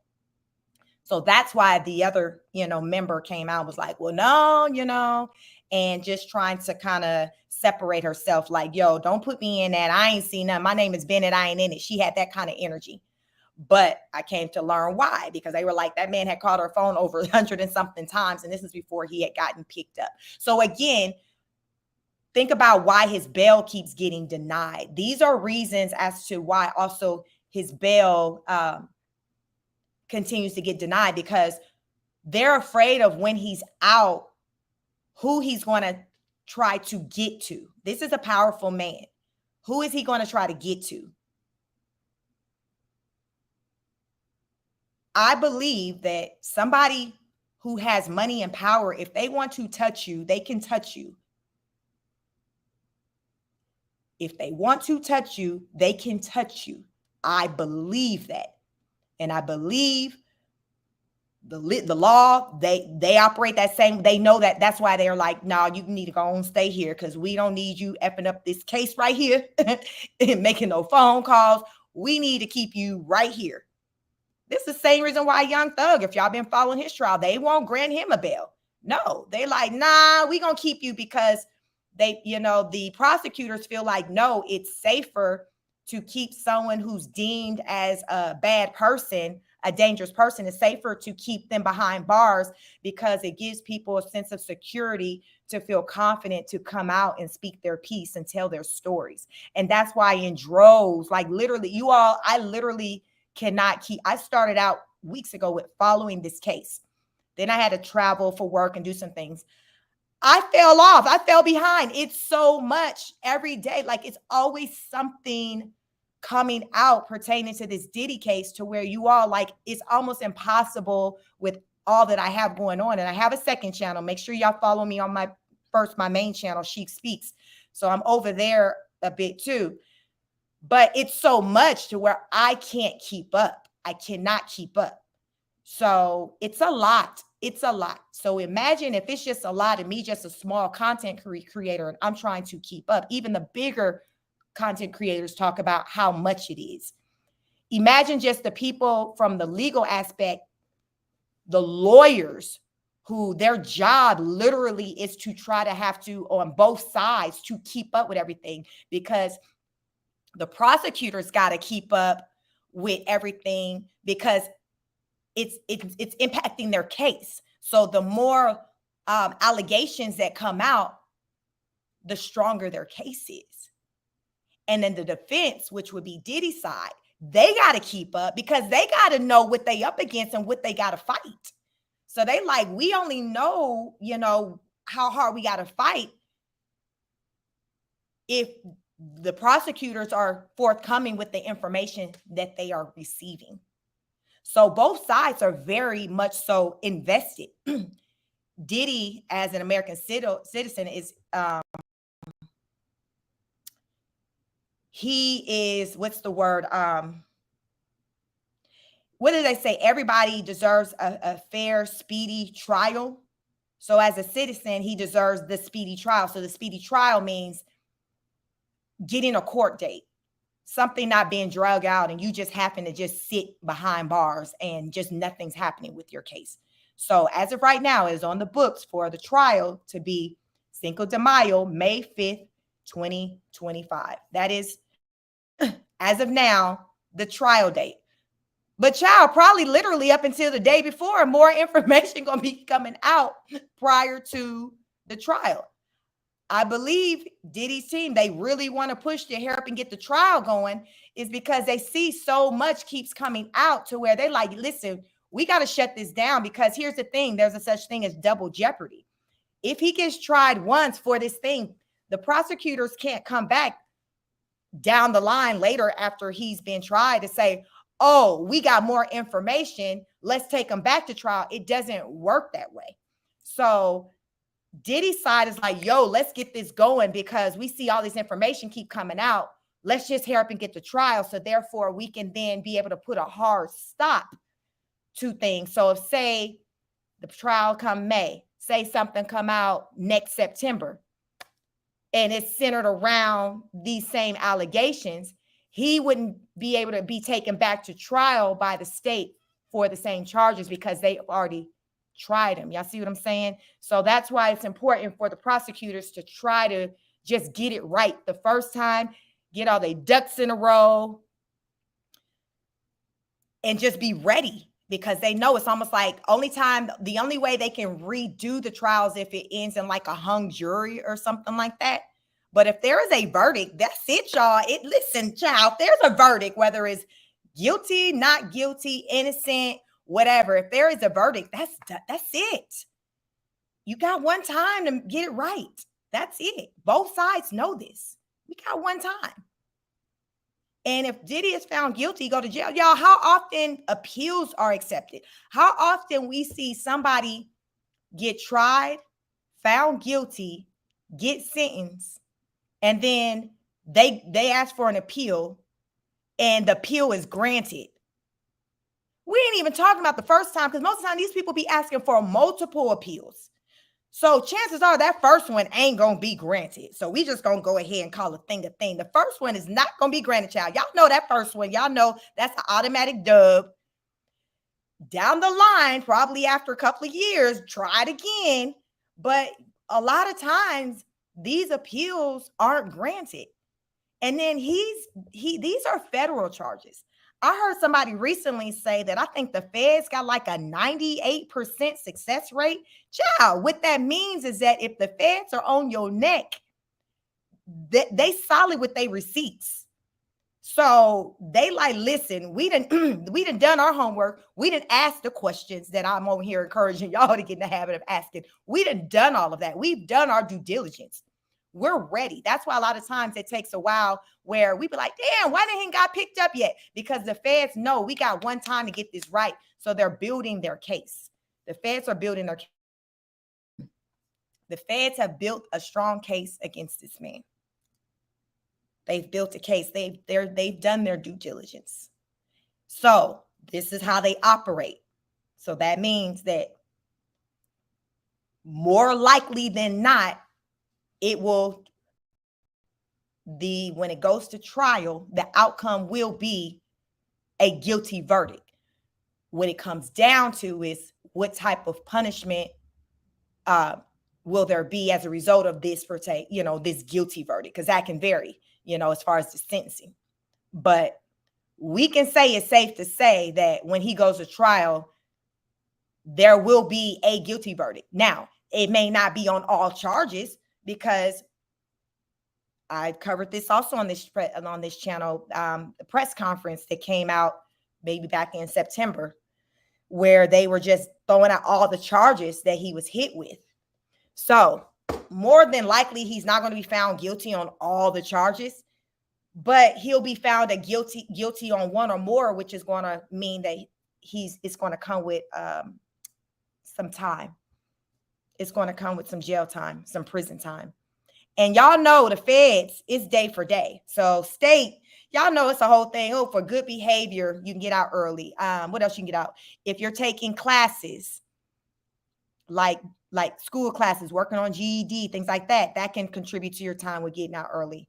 If you work a job in there, that can contribute to your time with getting out early. You know, they're keeping track of those hours and things like that. So people, but y'all, that's for the state. Child, it ain't no little system popping off like that in the feds. It ain't going down like that. You can do all that extra stuff I just named off, but you're just doing it to just pass time or improve your life, but it ain't going to impact the amount of time that you're spending there with your new family in the feds. Like, it ain't changing that. So fed is day for day. So if they say, hey, your sentence is 15 years, you're doing all of them 15 years. It ain't no good behavior. You get out early, none of that. So that's really, to me, what the question really is. It's like, what type of time he is likely to get. Let me get into some of these comments, but welcome you all. Have you hit the like button? Please like, share, and subscribe. Yvonne says you have to pick a side, and I chose God. Yep, pick a side. Pick a side. Zaira said, yes, Yvonne, she's with you on that. I'm with you too. Aqua says new info comes out every day. Every day, child. It is a lot. I've seen some even larger content creators, like over 100,000, and they be like, listen, people be like, listen, can you move around? Can we talk about something else? Because it's so heavy. And with all the information that's coming out, like, I get it to where sometimes the information can just be so deep and just so disturbing to where you like, you know what, I can't even deal no more. Y'all, I get a lot of text messages and things with, people, family, friends making me aware because they know, I report on things of what's going on with this man. And sometimes I can't even just get through all the material of whatever they sent because I'm just so over it. It's just too much. It's a lot. It is a lot. So I understand that some people just can't take it, but I don't feel like it should be on a level to where if you're aware of some inappropriate things taking place with someone, activities taking place with someone, whether they're a child or adult, I feel that just from a moral compass, you should say something. You should report it. Even if somehow you did it anonymously, you should say something. You should say something. I do believe that. But I also understand how heavy it can be when you're aware of just disturbing things that are taking place with people that you may know, and then people, that you may not know. But just to know that this type of activity is just taking place in the world we live in, like, it can really send someone. Like, it's a lot. It's a lot. It really is. Yvonne said Puffy's 3 sons threatened Ray J this weekend about their dad. So I saw that this morning. I saw that. So background with that, I was listening to someone covering that story. I think it was O'Shea Duke Jackson. If you're familiar with him, he got a video up and he shows Whack 100. If you all from me, he's out in LA. He's in the music industry. Whack 100 had like this panel. He was on, I guess, a YouTube channel. And I don't know if Ray J called in, but he was talking to Ray J about the situation because it had hit the media about him, getting into it with some people. So they're like, yo, Ray J, what happened? And they were like, yo, what's up? What, a couple of people rode up on you? And Ray J was like, no, it was like 8 people that rode up on me.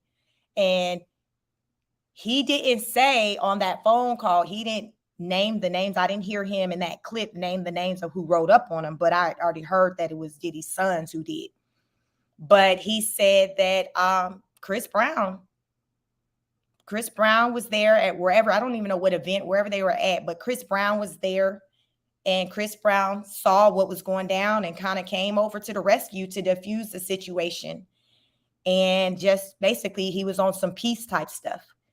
He wasn't like trying to say be on Ray J's side and fight nobody. He was just on a like, yo, this like not here. This ain't the place. Like, so he was he diffused the situation from what, I learned about that situation, which was good. But I did see a clip, where, Ray J, I guess he was on some media outlets platform, and he was talking about, SA. I didn't hear him drop no names, but I don't know if it was a hit dog or holla type situation.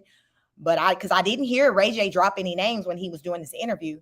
But he was saying, yes, there are people in the industry that's getting they butt take. I mean, it was funny, but it wasn't. It was just the way he was saying it with a straight face. And he was like, y'all, people out here getting their booty taken. He was just, y'all know Ray J be on some other stuff. But check it out. It's on O'Shea Duke Jackson's channel. And I saw that video today. So he probably put it up, probably within the last 24 hours. But it was just funny how Ray J, y'all know Ray J will look with a straight face and talk all his stuff with a straight face.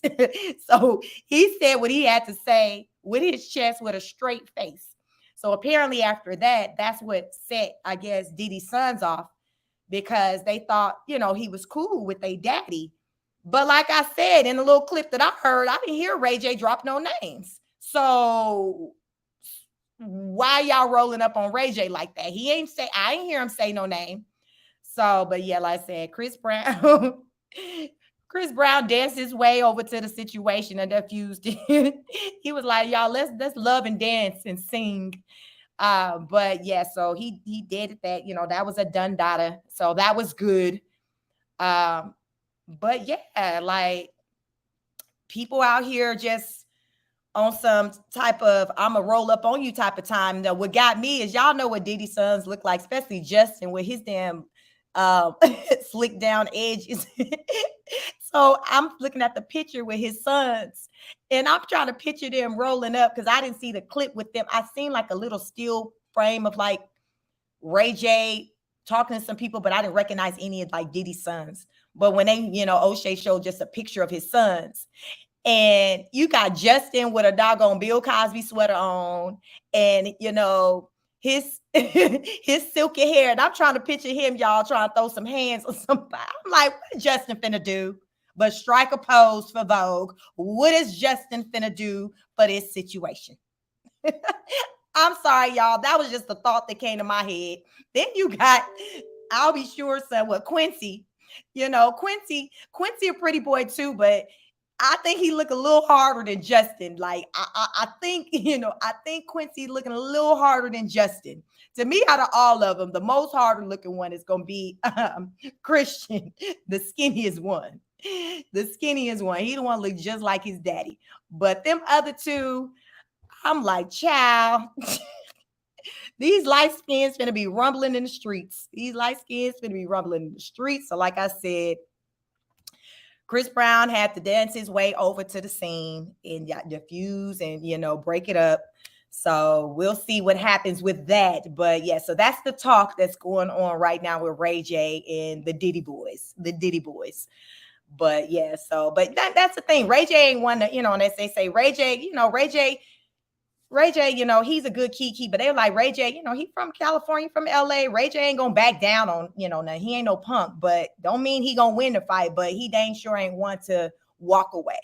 So it seemed like, Ray J was gonna have to, try to make it do what it do with all 8 of them if he had to.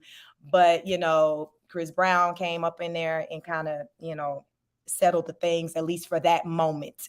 So we'll see kind of as time passes if it becomes a thing again. But y'all, it's a lot going on out here in these streets. So folks get to talking about SA allegation and stuff. Y'all better listen to these people, hear these people out, do your research, get into Allie Carter. If you just learned who she was today, get into her, listen to what she has to say, because she has been talking for a very long time. So to be delusional, y'all, that is a choice. It is a choice to live in the land of Delulu. So if that's what you want, so be it. Good luck with that. But if you out here trying to be on I'm trying to be woke and aware on what's popping off, ask questions, listen to these people when they come out here on the scene and start sharing their story. Hear them out. Listen, see if it makes sense. Even if it sounds crazy, start asking questions. Do some research. See if what they just said lines up with something somebody else just said. You're like, damn, they both said it. It sounds crazy, but damn, we got 2 people saying the same thing. That's what I'm saying, y'all. That's what I'm saying. Just Just give him, just hear him out. Yvonne says they call Puffy's boys the baby oil bandits. Child, Lord, I listen. Not the baby. I don't know how you get street cred with baby oil, your name and baby oil being in the same sentence. I don't understand. Listen, the picture I seen, Justin looked like he had baby oil. Y'all know they got baby oil in the like a gel-like form. Justin hair looked like he had the baby oil. He had it, the baby oil gel form version in his stuff, the way it was sticking up. Y'all remember them boys back in the day was super popular. They were Italians. And they had the reality show when reality TV first started kind of getting popular, and their hair would be sticking up in these crazy ways. I think it was like one girl, I think her name was Snooki or something like that. And then everybody else was like boys. Y'all know what I'm talking about? That show that used to be popular. I think they were Italians. I don't know where they lived at. If they lived in New Jersey, I don't know. But Justin reminded me of one of them where they had like the stiff hair. They had the stiff hair. That's what Justin looked like in that picture that O'Shea had. So I'm trying to picture him trying to throw hands anywhere with anybody, male or female. I'm trying to picture it, y'all. Jersey Shore. Yes, Yvonne, that's it. Justin out here looking like Jersey Shore in a Bill Cosby sweater. I'm like, listen, what is this man finna do? Don't you got to make sure that your car don't get repo? You got other things to do, Justin. I hear that this car, this Bentley, whatever kind of car he got, they about to come take it. He probably got it hidden somewhere at one of them twins, wherever the twins stand. He probably got it hid. He probably got that car hid at where the twins laid up at. Because I hear they looking for you.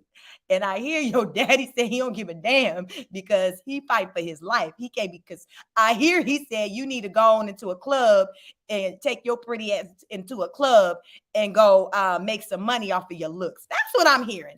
That is what I'm hearing, Justin. So you rolling up on Ray J, that is not the move. Because Ray J been a knock the wave out your, y'all, who do y'all think got it? Ray J or Justin Combs? Ray J been a knock them waves all of, listen, them waves will be in the streets. People will be Diddy bopping on top of Justin's waves if he keep messing around with Ray J, if it was a one-on-one.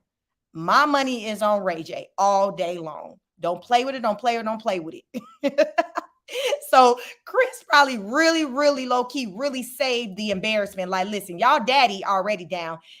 He don't need to see his the three baby oil bandits down too. Like he wasn't even trying to do that man like that. Where that man already sitting down in jail, and then his kids out here getting two-pieced by Ray J one by one. That ain't what you want. So I really think Ray J really did come in, and Chris Brown really did come in and save the day. Ariane say Ray J will knock him out. Smooth the hell out, Ariane. I can see it. I can see them waves, them curls flying.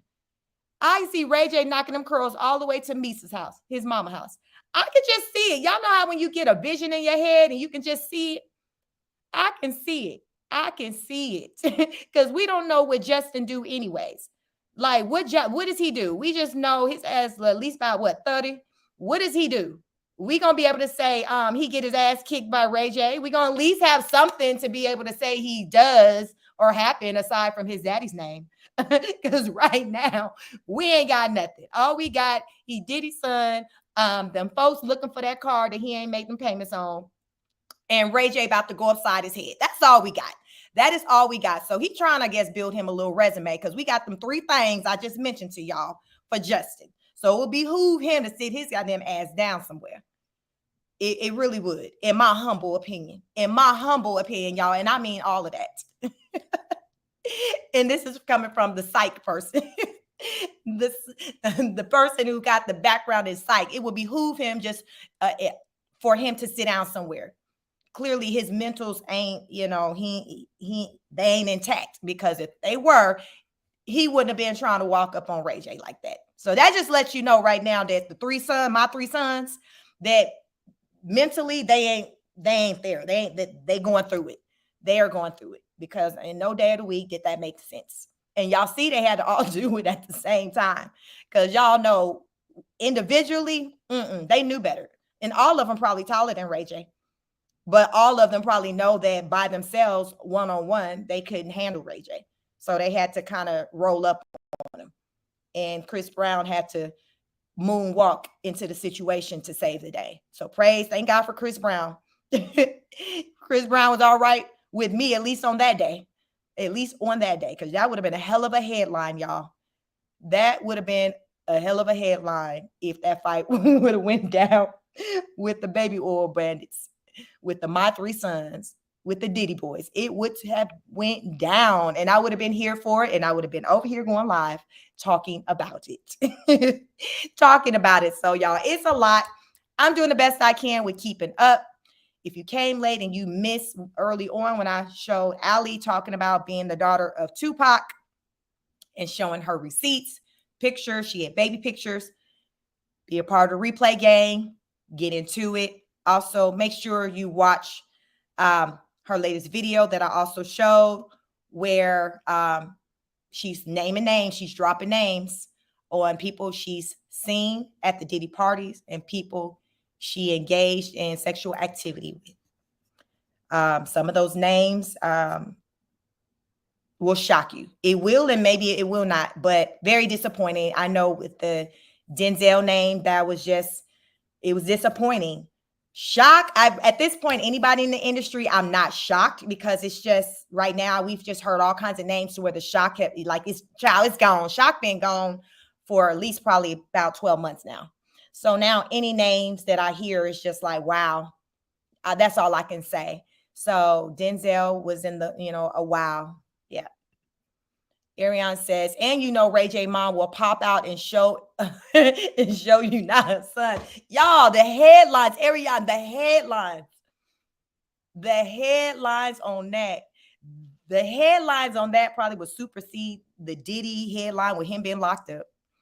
The headlines on Ray J, one by one, two-piecing My Three Sons, the Diddy boys, the baby oil bandits, like,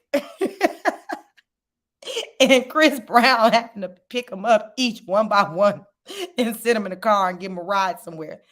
Child, listen, Chris Brown out here saving lives. Listen, Chris Brown out here saving lives.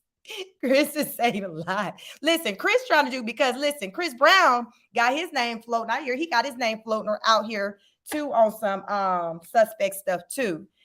Y'all know about every 6 to 12 months, Chris Brown name thrown out there for some allegations. So Chris out here trying to say, listen, I'm out here trying to do God's work.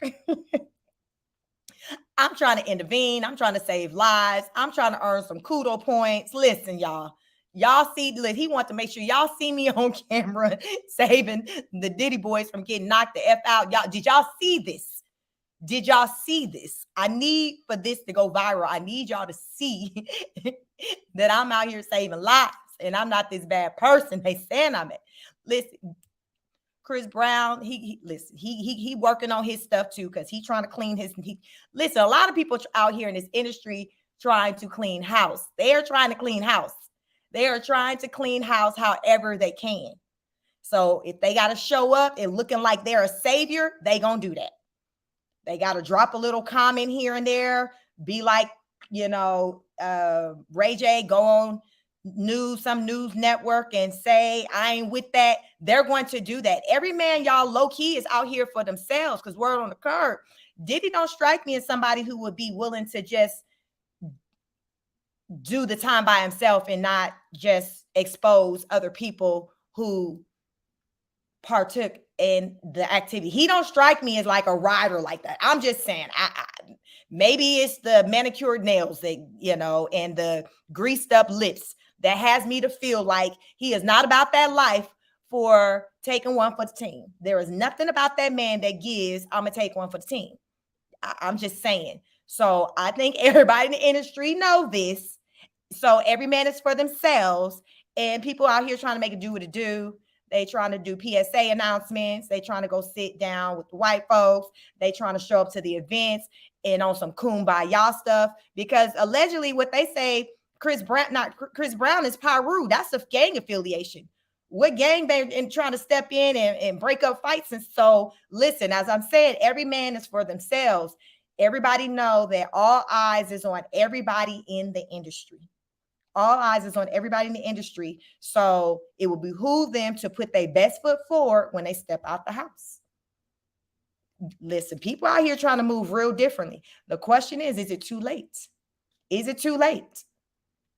Because people have done some suspect stuff and they thought they've gotten away with it, but you got a lot of people just operating on a wing and a prayer, hoping that Diddy is not going to name their names. So far, we have not come to hear or learn that he's dropped any names.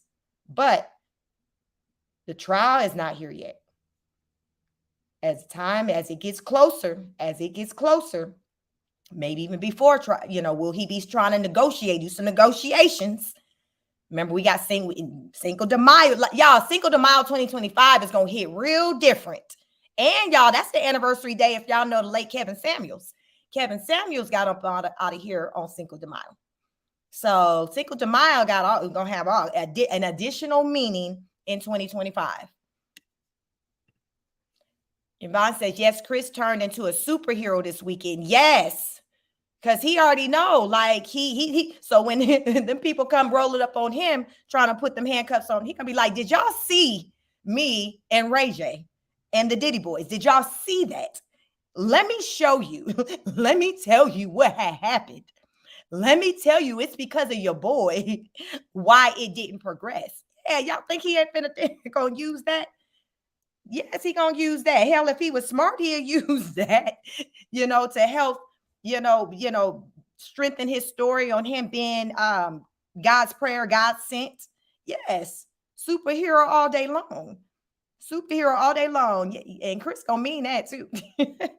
Chris gonna be like, did y'all see that? Listen, Chris like, oh, hell, it's about to go down. I need this. I need to go up in there and save the day. Who over here? Who can see? Because they said, Hazel, I seen on that Hazel from she's from one of the Love and Hip Hops. She witnessed it. She saw it. And she was speaking all highly of Chris. So if she saw it, like, imagine like that word spreading. So if people, what they call it, a character witness, Hazel gonna be a whole character witness out here for Chris Brown. Let Chris gotta go get locked up and sit down. Hazel is going to be able to be a character witness because she like, I seen it. Y'all, the way she was telling that story, she acted like he legit was like Superman that flew in, like literally. The way her eyes was glossed. Like she ain't never seen nothing like it. Oh, she would definitely be able to be a character witness. He gonna be like, y'all, call Hazel. She's seen it. Call Hazel. She was there. I saved the day. I'm not bad. I saved the day. I prevented the Diddy boys, each of them, from getting knocked smooth the hell out by Ray J. For real. Man, y'all just don't know. Katie said, face pink, drinking tea. Hello, Katie. Listen, I seen it. Again, what I'm counting was from what I had saw on O'Shea Jackson page earlier today. It was hilarious. Ariana says, CB gonna speak on it all day. Yes, he is. That is gonna be his new claim to fame. Because y'all know his name kept being attached to Carucci in a negative way for years from him doing the most. But now he can attach it to to Ray J. But y'all remember it wasn't that long ago that Chris Brown name was out there because allegedly he had his boys had two-piece Usher. I think this was like last year. Y'all hear that? Chris never came speaking on it, but it apparently it was a birth. So y'all, backup story time. Story time. So it was like last year, apparently. So word on this is, so I'm going off the memory of like what had supposed to have happened. So this is like a year ago, last year, when Usher, he was doing the big concert in Vegas. And so he was out there, and it was also, I want to say it was Chris Brown's birthday. It was somebody's birthday because they had an event at a skating rink. I think it was Chris Brown's birthday that I think Usher hosted for him. And Tiana Taylor was there. And Chris and Tiana used to be like super tight, like BFF type. But a few years back, they kind of fell out because Tiana pulled back from doing a performance together with him at an award show. She pulled out. And he got in his feelings about her pulling out kind of at the last minute. And I think the performance was supposed to be in like a tribute to, I think, Michael Jackson, because y'all know Chris Brown like really loves like Michael Jackson, but Tiana ended up pulling out.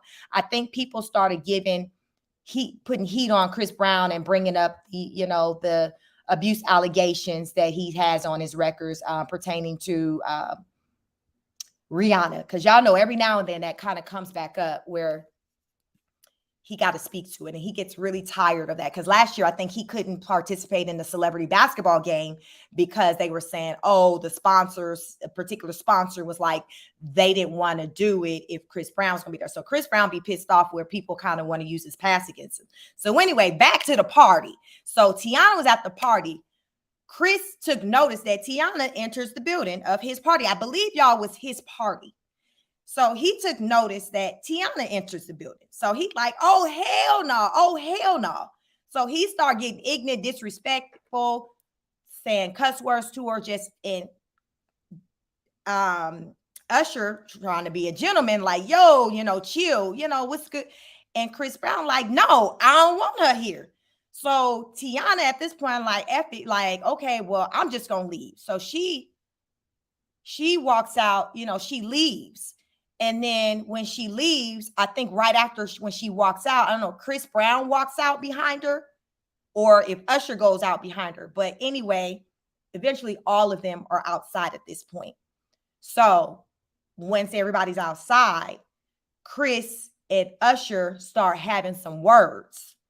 And from what I hear, and I think the details of it, I think Tasha K had talked about it on her channel. Allegedly, what they say is that Chris Brown boys knocked Usher upside the head and hit him. So Chris didn't touch him. His crew, a couple of boys, somebody in the entourage put hands on Usher. So neither one of them, Usher or Chris Brown, ever came out speaking on it to just dead it. The best what we did see Usher do is just show like close-up video of like his face to show, he's still fine, his skin still look perfect and pretty, like nothing happened. But all altercations don't show up on people's face. You know what I'm saying? So, but he was doing that like to show like he didn't really speak to anything, but like he was low key just trying to show like, see, nothing happened. But what I think what we didn't see is I don't think Chris Brown ended up performing at that same event with Usher. I don't know. You never seen them together again. I don't even think still to this day we've ever seen them two in the same room again. I've seen them living here in Georgia, in Atlanta. I've seen them on stage together. But I don't think since that incident, anyone has ever seen those two in the same room together. And I don't probably think we probably will. So I don't think everything is all good between them. I think they just stay away from each other. So did the incident happen? I don't know. But there were people who were there and was like, yes, there was an incident between Usher and Chris Brown camp, and someone hit Usher.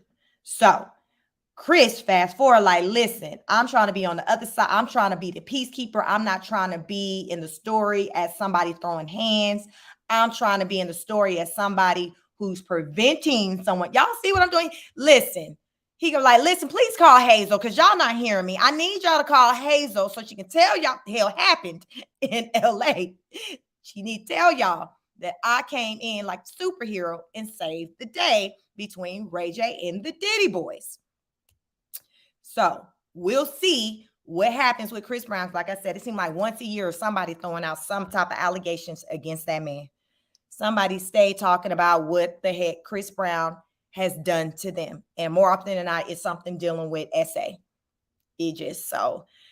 Y'all be safe out here. If y'all aspiring in any kind of way to be in this industry. Katie, hello. She says, happy Halloween, everyone. Y'all be careful, be vigilant, take care of yourself. Look to the front, the back, the right, the left, up and down. Protect yourself, because it's a doggy dog world out there, and anybody can be got. As I say, it doesn't matter with what your bank account look like, because we are seeing this. We're seeing it every day.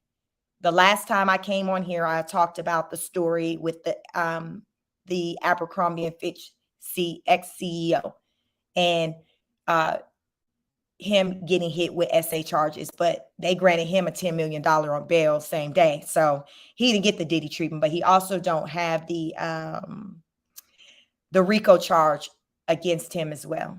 So they haven't hit him with anything like that. So he's out on bail. Not sure. I can't recall when the next time he's due. Don't know when he's due to go back to jail. I'm sorry, go back to court. I don't know, but he should be probably going back probably within 30 days from when they granted his bail. So I would say sometime in November, we should see, him going to make his first court appearance and probably making his plea. But Diddy for now, child, he trying to work hard to get out for his birthday. So we got 4 more days. Scorpio season. I'm a Scorpio. Like me and Diddy, we both listen. It's Scorpio season, but y'all, he real different. I ain't that kind of listen. He different. he moving different than Chic. But Scorpio season, and he trying to listen. He trying to be out here. He trying to do something, y'all, for his birthday. Y'all know this man probably had this already planned since last year. He got the caterers all on deck. The freak offs already planned, the guest list. Y'all know this man already got this day planned. That's why he's trying to get out. Because y'all know when it gets to a certain window, you don't get your deposit back. Y'all know how that go. You don't get your deposit back when you're within a certain window of cancellation. So think about all the things that he may have set up in preparation for Diddy Day, for his birthday. I believe it's November 4th. Think about it. Think about what his birthday plans might be, because y'all know he got some plan that he already had planned before they put them handcuffs on him. But the people we don't get there. What the hell you got? You finna be celebrating with your cellmate, with your new family in this jail. That's what you finna be doing. You finna act like you like this peanut butter and jelly sandwich. That's as good as it gonna get. That's probably gonna be the most sweet thing he get. They might hit him with a PB&J for his 55th birthday. Because I believe that's how old he's turning. I'm not sure. He might be turning. Let me see. Somebody said, he was born in 71. So 53. Was he about 53? About 53. So listen, it looks like he's going to be celebrating that birthday behind bars. So I think most of the world would be out on that day celebrating that. The world would be out celebrating that. His mama gonna be pissed off because she already came out a few weeks ago and did her PSA talking about how y'all ain't been showing up for her baby after all them damn parties he done threw and invited you to. All them bottles of baby oils he done sent you home and your party bag, and you got the audacity to be not trying to show up and support him and put some money on his. Listen, Mama Combs pissed off. She pissed off. She about to take the wig off and throw it at y'all. That's how pissed off. You know, when you get pissed off, you want to throw your wig, throw your shoes. That's where Mama Combs is. She pissed off because, folks, it's crickets. Jay-Z, where you at? Sean Carter, where are you? Where are you? He's nowhere to be found. Hey, have y'all listened to, for those of you who are new to my channel, have you all listened to the live book reading I did over here on Kim's Lost Words? My video has over 4,000 views on it. It did very well. I did it maybe a month ago when I first started this channel. If not, check it out, because some airfare on the side of it's true. Some say it's not, but check it out. Form your opinion. Recently, I heard the guy who, have you all seen out there? There's a man out here who's saying he has the tape recording. So remember, they said allegedly Kim had recorded footage and things that she had gotten from Diddy. I think she would kind of sneak it here and there. And so she had all these receipts. He says he has them all. He says, the lost words, all of that. This is the information that he had from her because he was familiar with all of them in the industry. He said he did not work for Diddy, but he was, within, knew people moved around in the industry.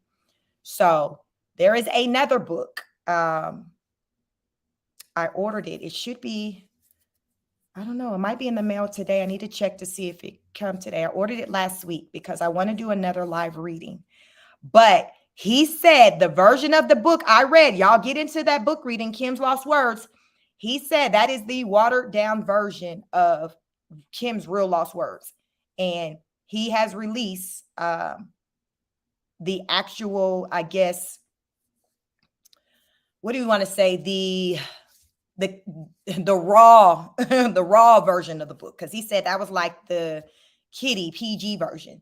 So he got the raw version. He's released that. So I ordered that book. And I'm just waiting for it to come. So I'm thinking it should be here soon, sometime this week. But whenever it comes, I'm going to do a live book reading. So I don't know if I'll do it over here on my other channel.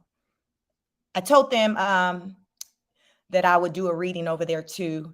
But I don't know yet if I'm going to do it on this channel or that channel. So y'all need to follow me on both of my channels. Chic Speaks. That's my bigger channel. It's like over 2,000 subscribers over there. That's my bigger channel.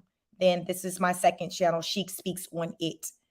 Follow me on both channels because I don't know when I review this book that's supposed to be the real deal Holyfield. I don't know which platform I'm going to do it on yet. I may do it over there just because I did the other one over here. I'm not sure. Depends on how I feel when I get to reading it and where I want to kind of do it at, you know. But my other channel is my bigger channel. So follow me both areas. Ariane, you said chic. Yes, we need that. Listen, Ariane, I'm on it. I'm just waiting for it to show up on my doorstep. I ordered it. Just waiting for it to come because I heard the man who wrote it. He speak. Can't think of his name right now. Let me see if I can figure it out really quickly. Let me check my email for the confirmation of my order. Importer and see if I can get the name of the guy who wrote the book. eBay. Let me see.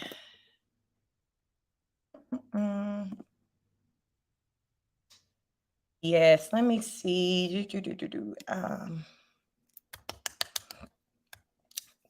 Lost words.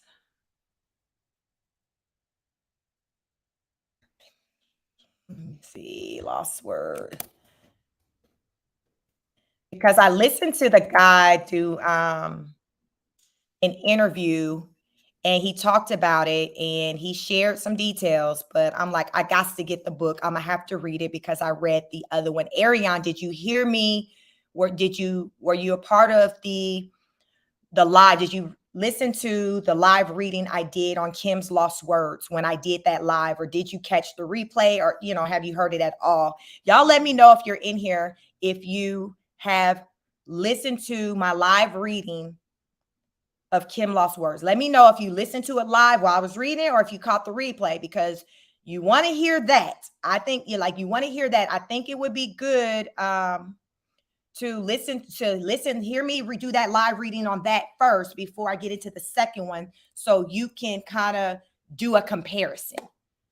I think it would be good, so you won't feel kind of as lost with, some of the things that we may say as we have dialogue about the book.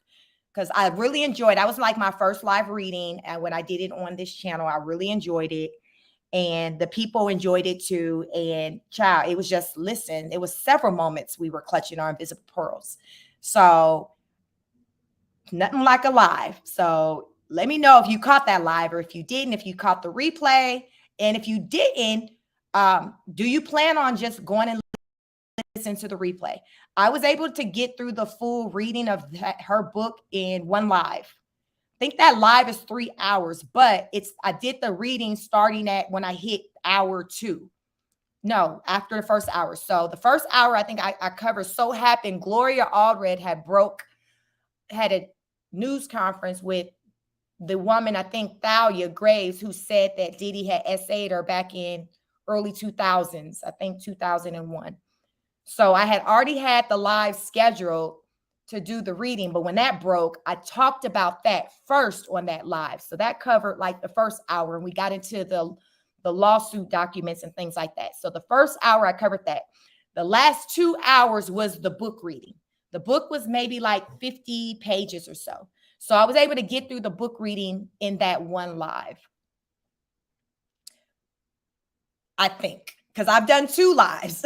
I mean, I've done 2 good live book readings. I did one on this channel and then I did one on the other channel. I know one was like super short. Let me see. I have Kim's book in front of me.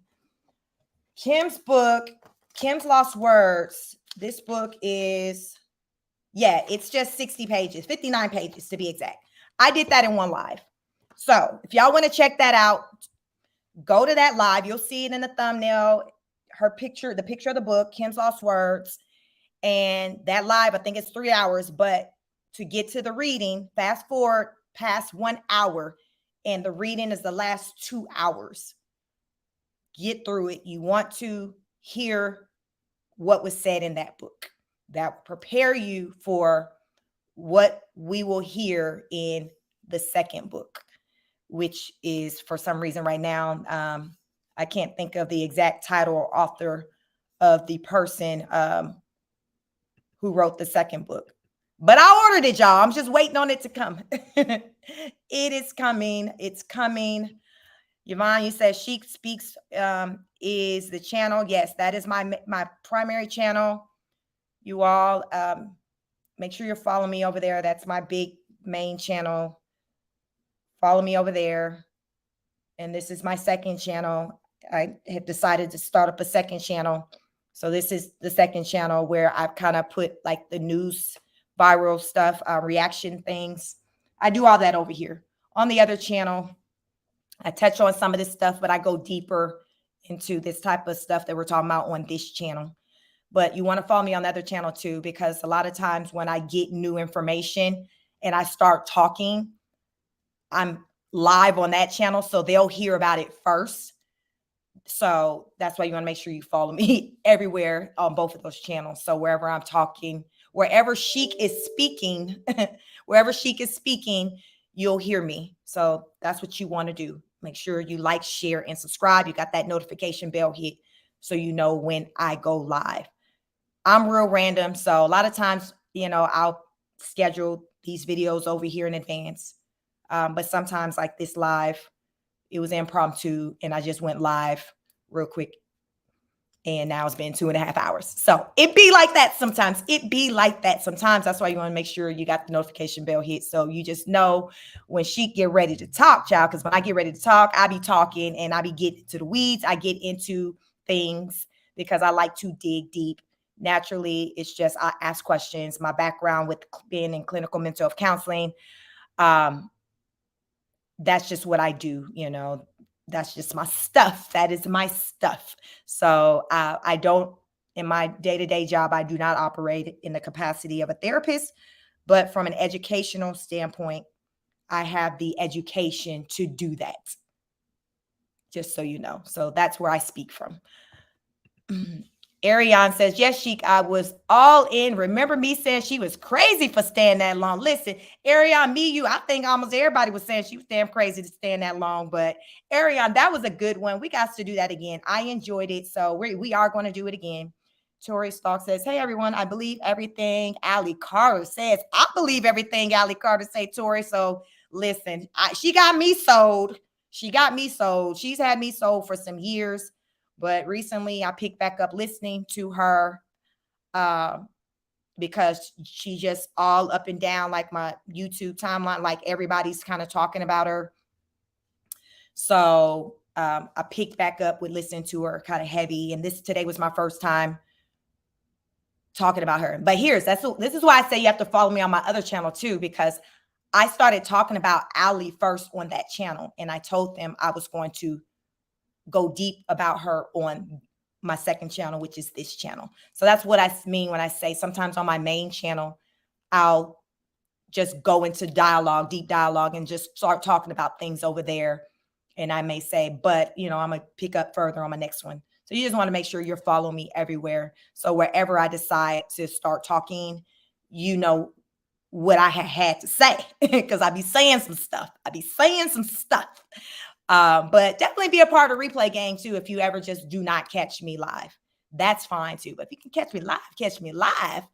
So yes, we are growing here. So I am a smaller content creator. Just this is my smaller area, but I am growing, and I enjoy just getting into just all things, just dealing with just Hollywood, the music industry, the things that are going on with the politics. Like I just like to, I just go deep. I just be trying to understand what's going on, because there's a lot going on right now in this world. And I got questions, and I know many of you have questions too.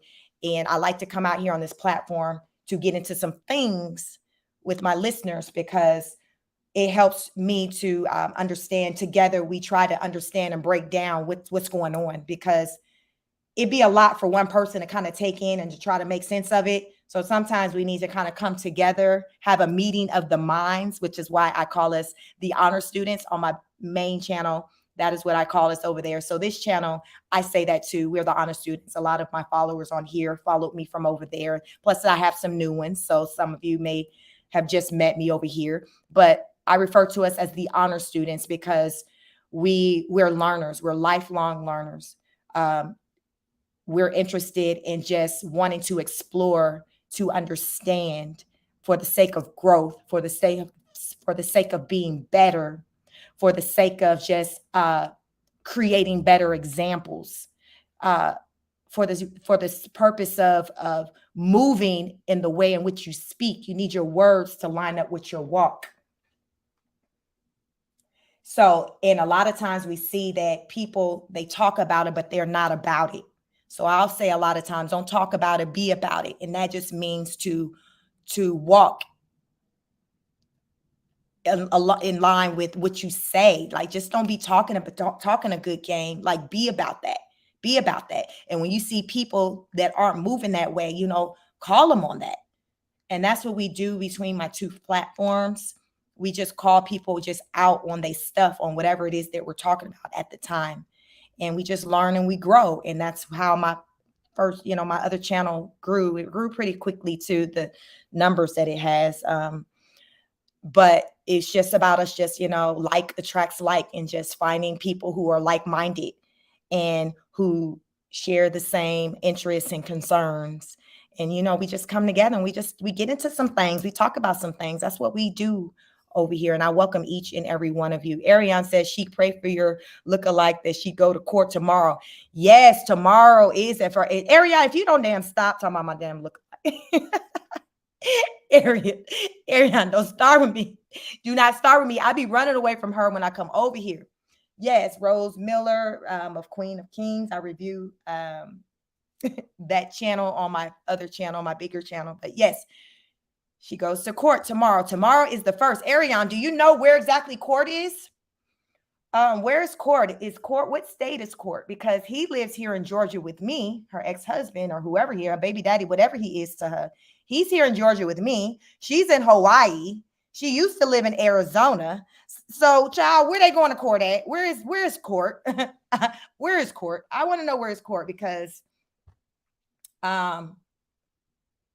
she's all over the place. And they've been, the ex and his wife, they've been trying to chase her down to try to get her served so she can go to court and they can deal with the whole child support situation. So definitely we'll be talking about that. I'll probably go live over there to talk about that today or tomorrow, to try to just get caught up on some things pertaining to that. Ariane says, Sheik, I had to, Sheik. Sorry, I think where he is. Okay, so that's Georgia. So that means she would be coming here, unless she would probably be doing it through Teams. I think that's a thing. Maybe she don't have to physically show up. Maybe she can do it over the internet. So we'll be watching.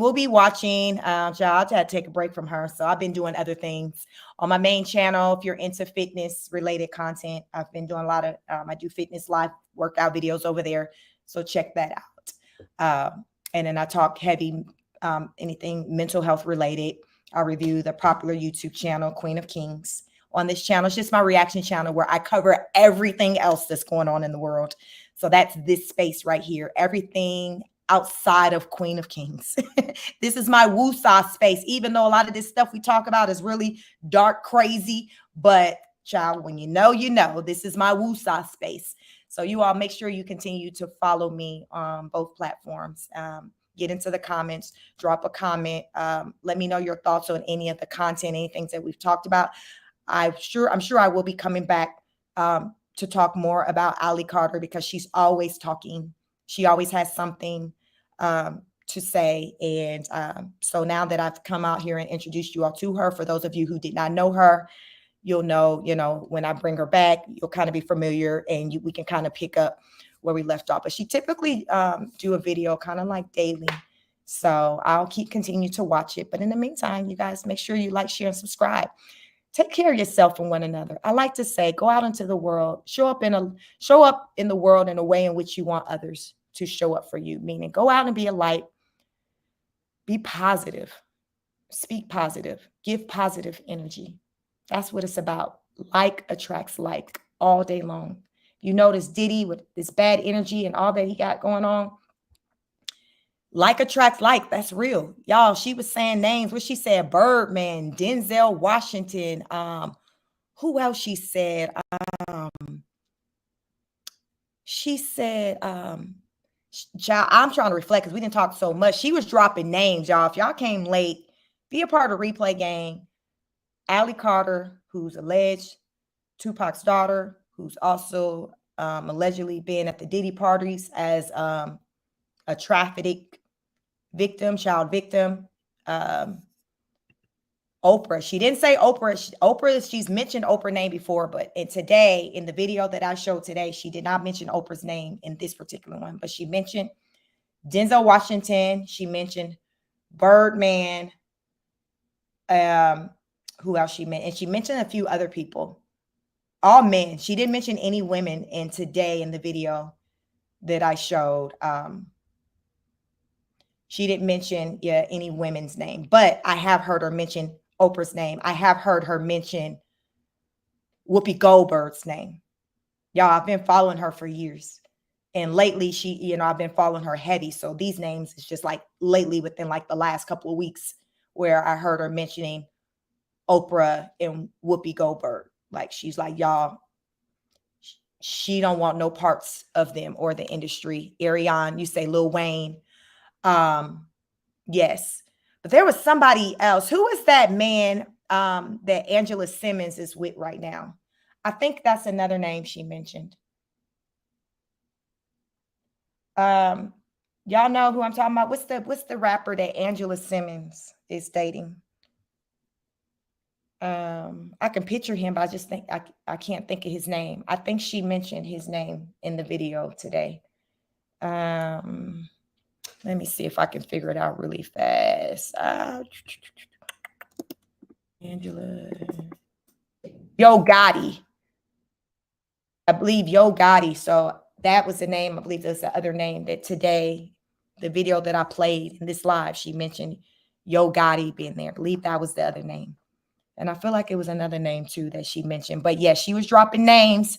So y'all definitely want to listen to her. Rewind this video. Be a part of replay game. If you came in late. Who Yo Gotti?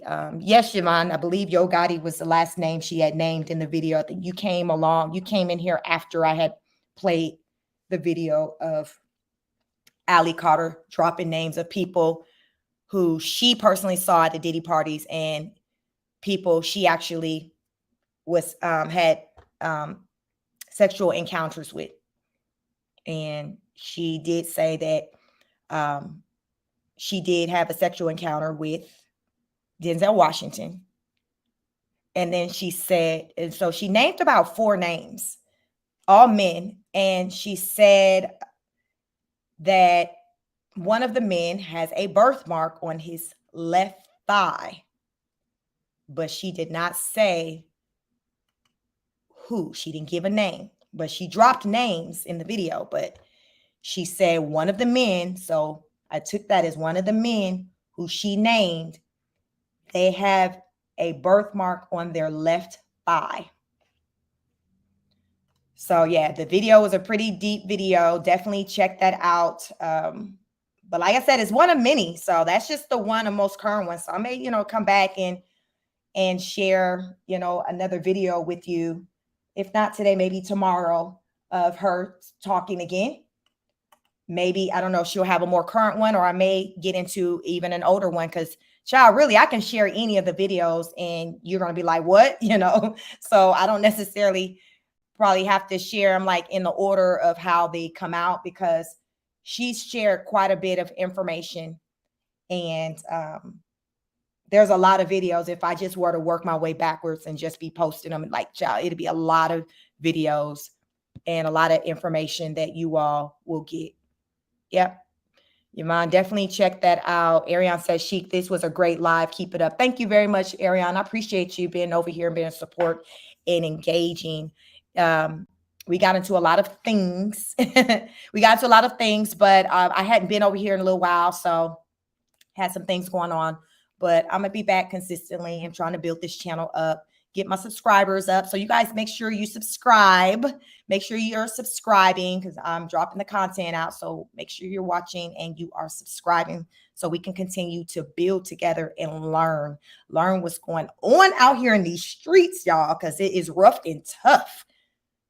Listen, Ray says she walk rough and tough with her Afro puffs. You guys to be tough out here. Only the strong can survive. Only the strong can survive. Allie is just one person out here surviving. She is a survivor. She is not a victim. She is a survivor. So with that being said, I thank you. I appreciate each and every one of you. Please like, share, subscribe. I am Sheik. Follow me on all platforms or all pages. Sheik Speaks, and Sheik Speaks on it. And I will catch you all on the next. Y'all, I misspelled. Let me see. Let me correct something really fast, just in case y'all was. Okay, there we go. Sheik Speaks on it. That is the name of this channel. My main channel, my bigger channel, is just Sheik Speaks. Sheik Speaks. So follow me both places. I enjoyed catching up with you all as usual. Yvonne said, I enjoy engaging with you all. Thank you, thank you, thank you. I appreciate you. You all make sure you like the video. I haven't checked the likes, y'all. I've been talking to y'all. Didn't have a lot of my mods in here. Y'all make sure, do me a solid, like the video. It's free. It is free. Like the video. And yeah, I'll be back. I'll catch y'all. Who knows? I may come back sometime later on today. We'll see. Y'all never know what's going on out here in these streets. But if it's something I feel like I want to get into with you all and just give my thoughts on, I'll definitely come back. So until then, I will catch you all in the next broadcast. I am Sheik. Peace. Have a great rest of your day, everyone.